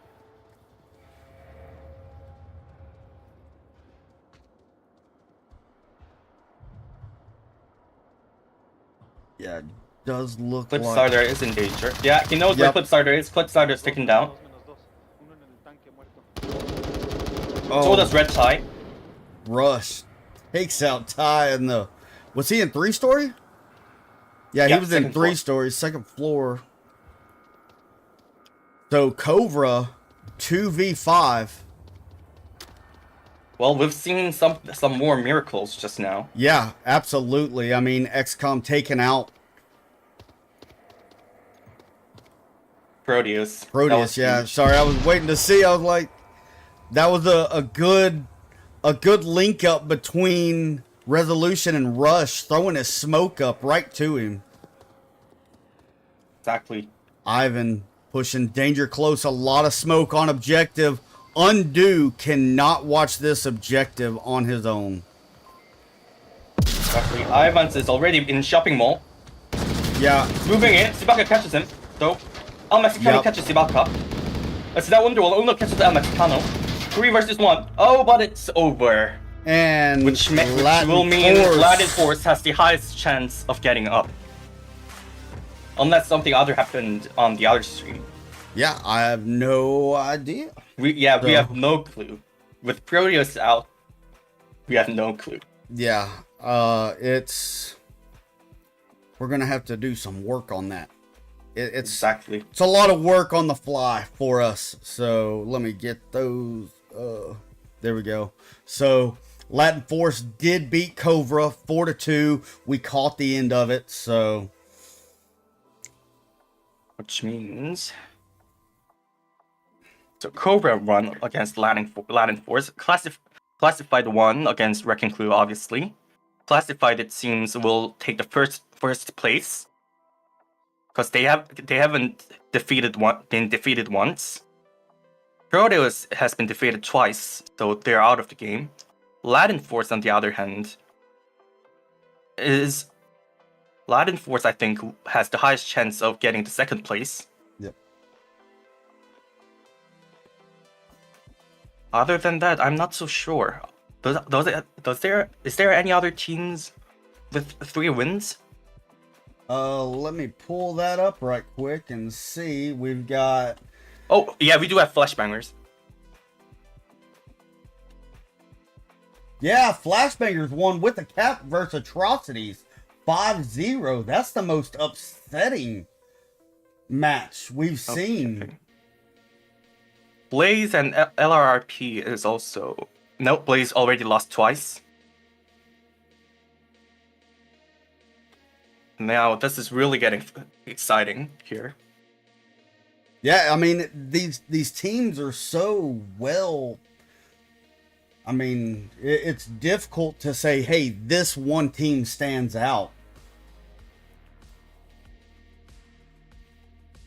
What do we got?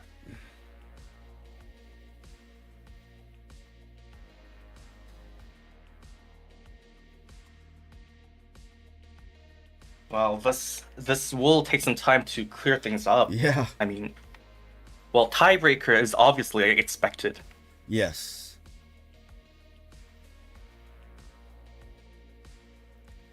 I mean, just going through, I mean, we've seen... Exactly. If we calculate this, Classified is the only team with 3-0-0.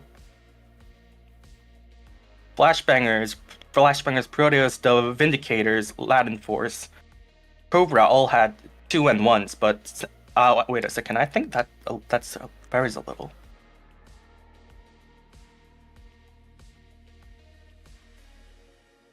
No, Cobra's gonna be 2-2 now. They just Cobra's 2-2. Latin Force is 3-1. Proteus is 2-2. Flashbangers, on the other hand, will be 3-1. Classified 4-0. This is tricky. Oh, XCOM. XCOM's still in it too. No, they're not. No, they're not. No, they're not. Yeah, they're not. Not anymore. Yeah, no. They're 2-2. I was reading that wrong.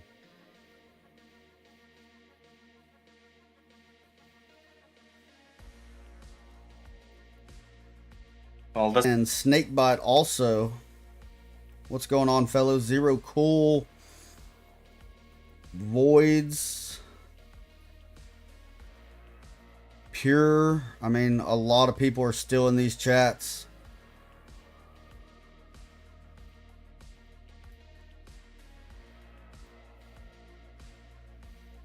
Yep. Well, we'll just have to wait for all matches to conclude. Yeah, we will see That's that. for sure. We will go into a brief intermission, and we will be back momentarily. All right. So, y'all stick around, hold tight. We'll be right back.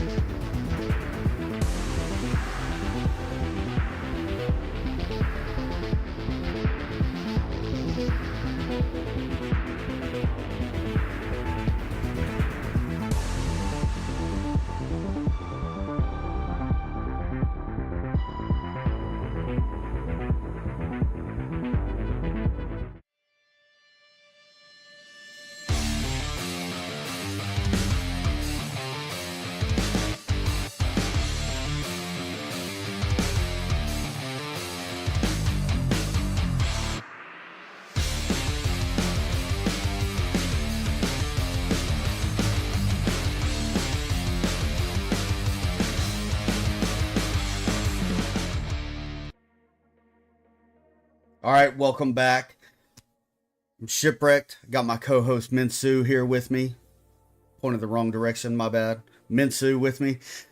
This is going to conclude our Challenger Cup, our NA Challenger Cup for season 16. Minsu, if you want to have the honors and tell everybody what we got. Exactly. We'll be starting from third ranked team, Latin Force, who sadly, even with the 3 wins and 1 losses, they actually got low on tie-breaking scores, which awarded Flashbangers on second and Classified on first. The Classified and Flashbangers will be playing the Challenger Cup final to get into the 8th place in NA finals. So yeah, that match will be played sometime next week. Yeah, I mean, all these teams put in a lot of work. I mean, thanks for the viewers for sitting here and watching throughout the whole thing. I mean, there was a lot of upsets, and there was a lot of like, where did that come from throughout this whole Challenger Cup? I mean, you're seeing teams coming from nowhere, like just what we just witnessed with the XCOM Proteus. I mean, within 30 seconds of round 1, we already had 2 points on the board from Derg capping. I mean, insane amount of work.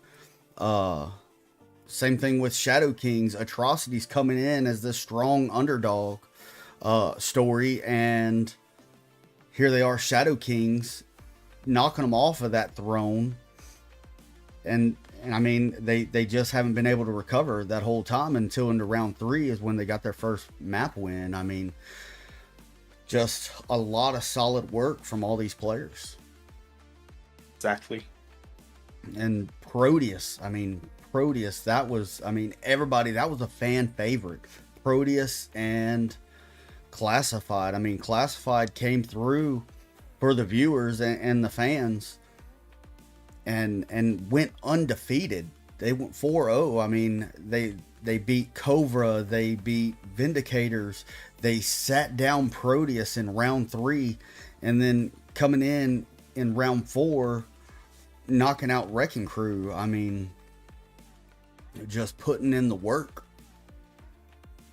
So I guess sometime later this week, stay tuned to the website and Discord to have the follow-up on this next match. So that's all I have to say. Minsu, you have any closing words you got to say?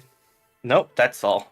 You've delivered it well. I have nothing more to say. All right. Well, it's been a long cast for both of us. Minsu, I mean, you've put in a lot of work, brother. Casting EU and then coming in and helping with the NA. You've got a lot of hours on the desk. I know I've got sitting right at 5 hours. So, but it really was worth it. I mean, the spirit, the energy, everything that was put into this match was amazing, which only makes us look forward to the finals more. Because this was just a Challenger Cup. Yeah, this is just to get that 8th spot. So exactly. The main game will be starting from next week. Yeah, and if they're this close right now in a Challenger Cup, just think what we're going to see in the round robin and then in the finals following up on that. So stay tuned to that. Make sure you like and subscribe and get those notifications on when VRML does go live so you can be in tune with everything that goes on within our community. Until next time, we'll see you later.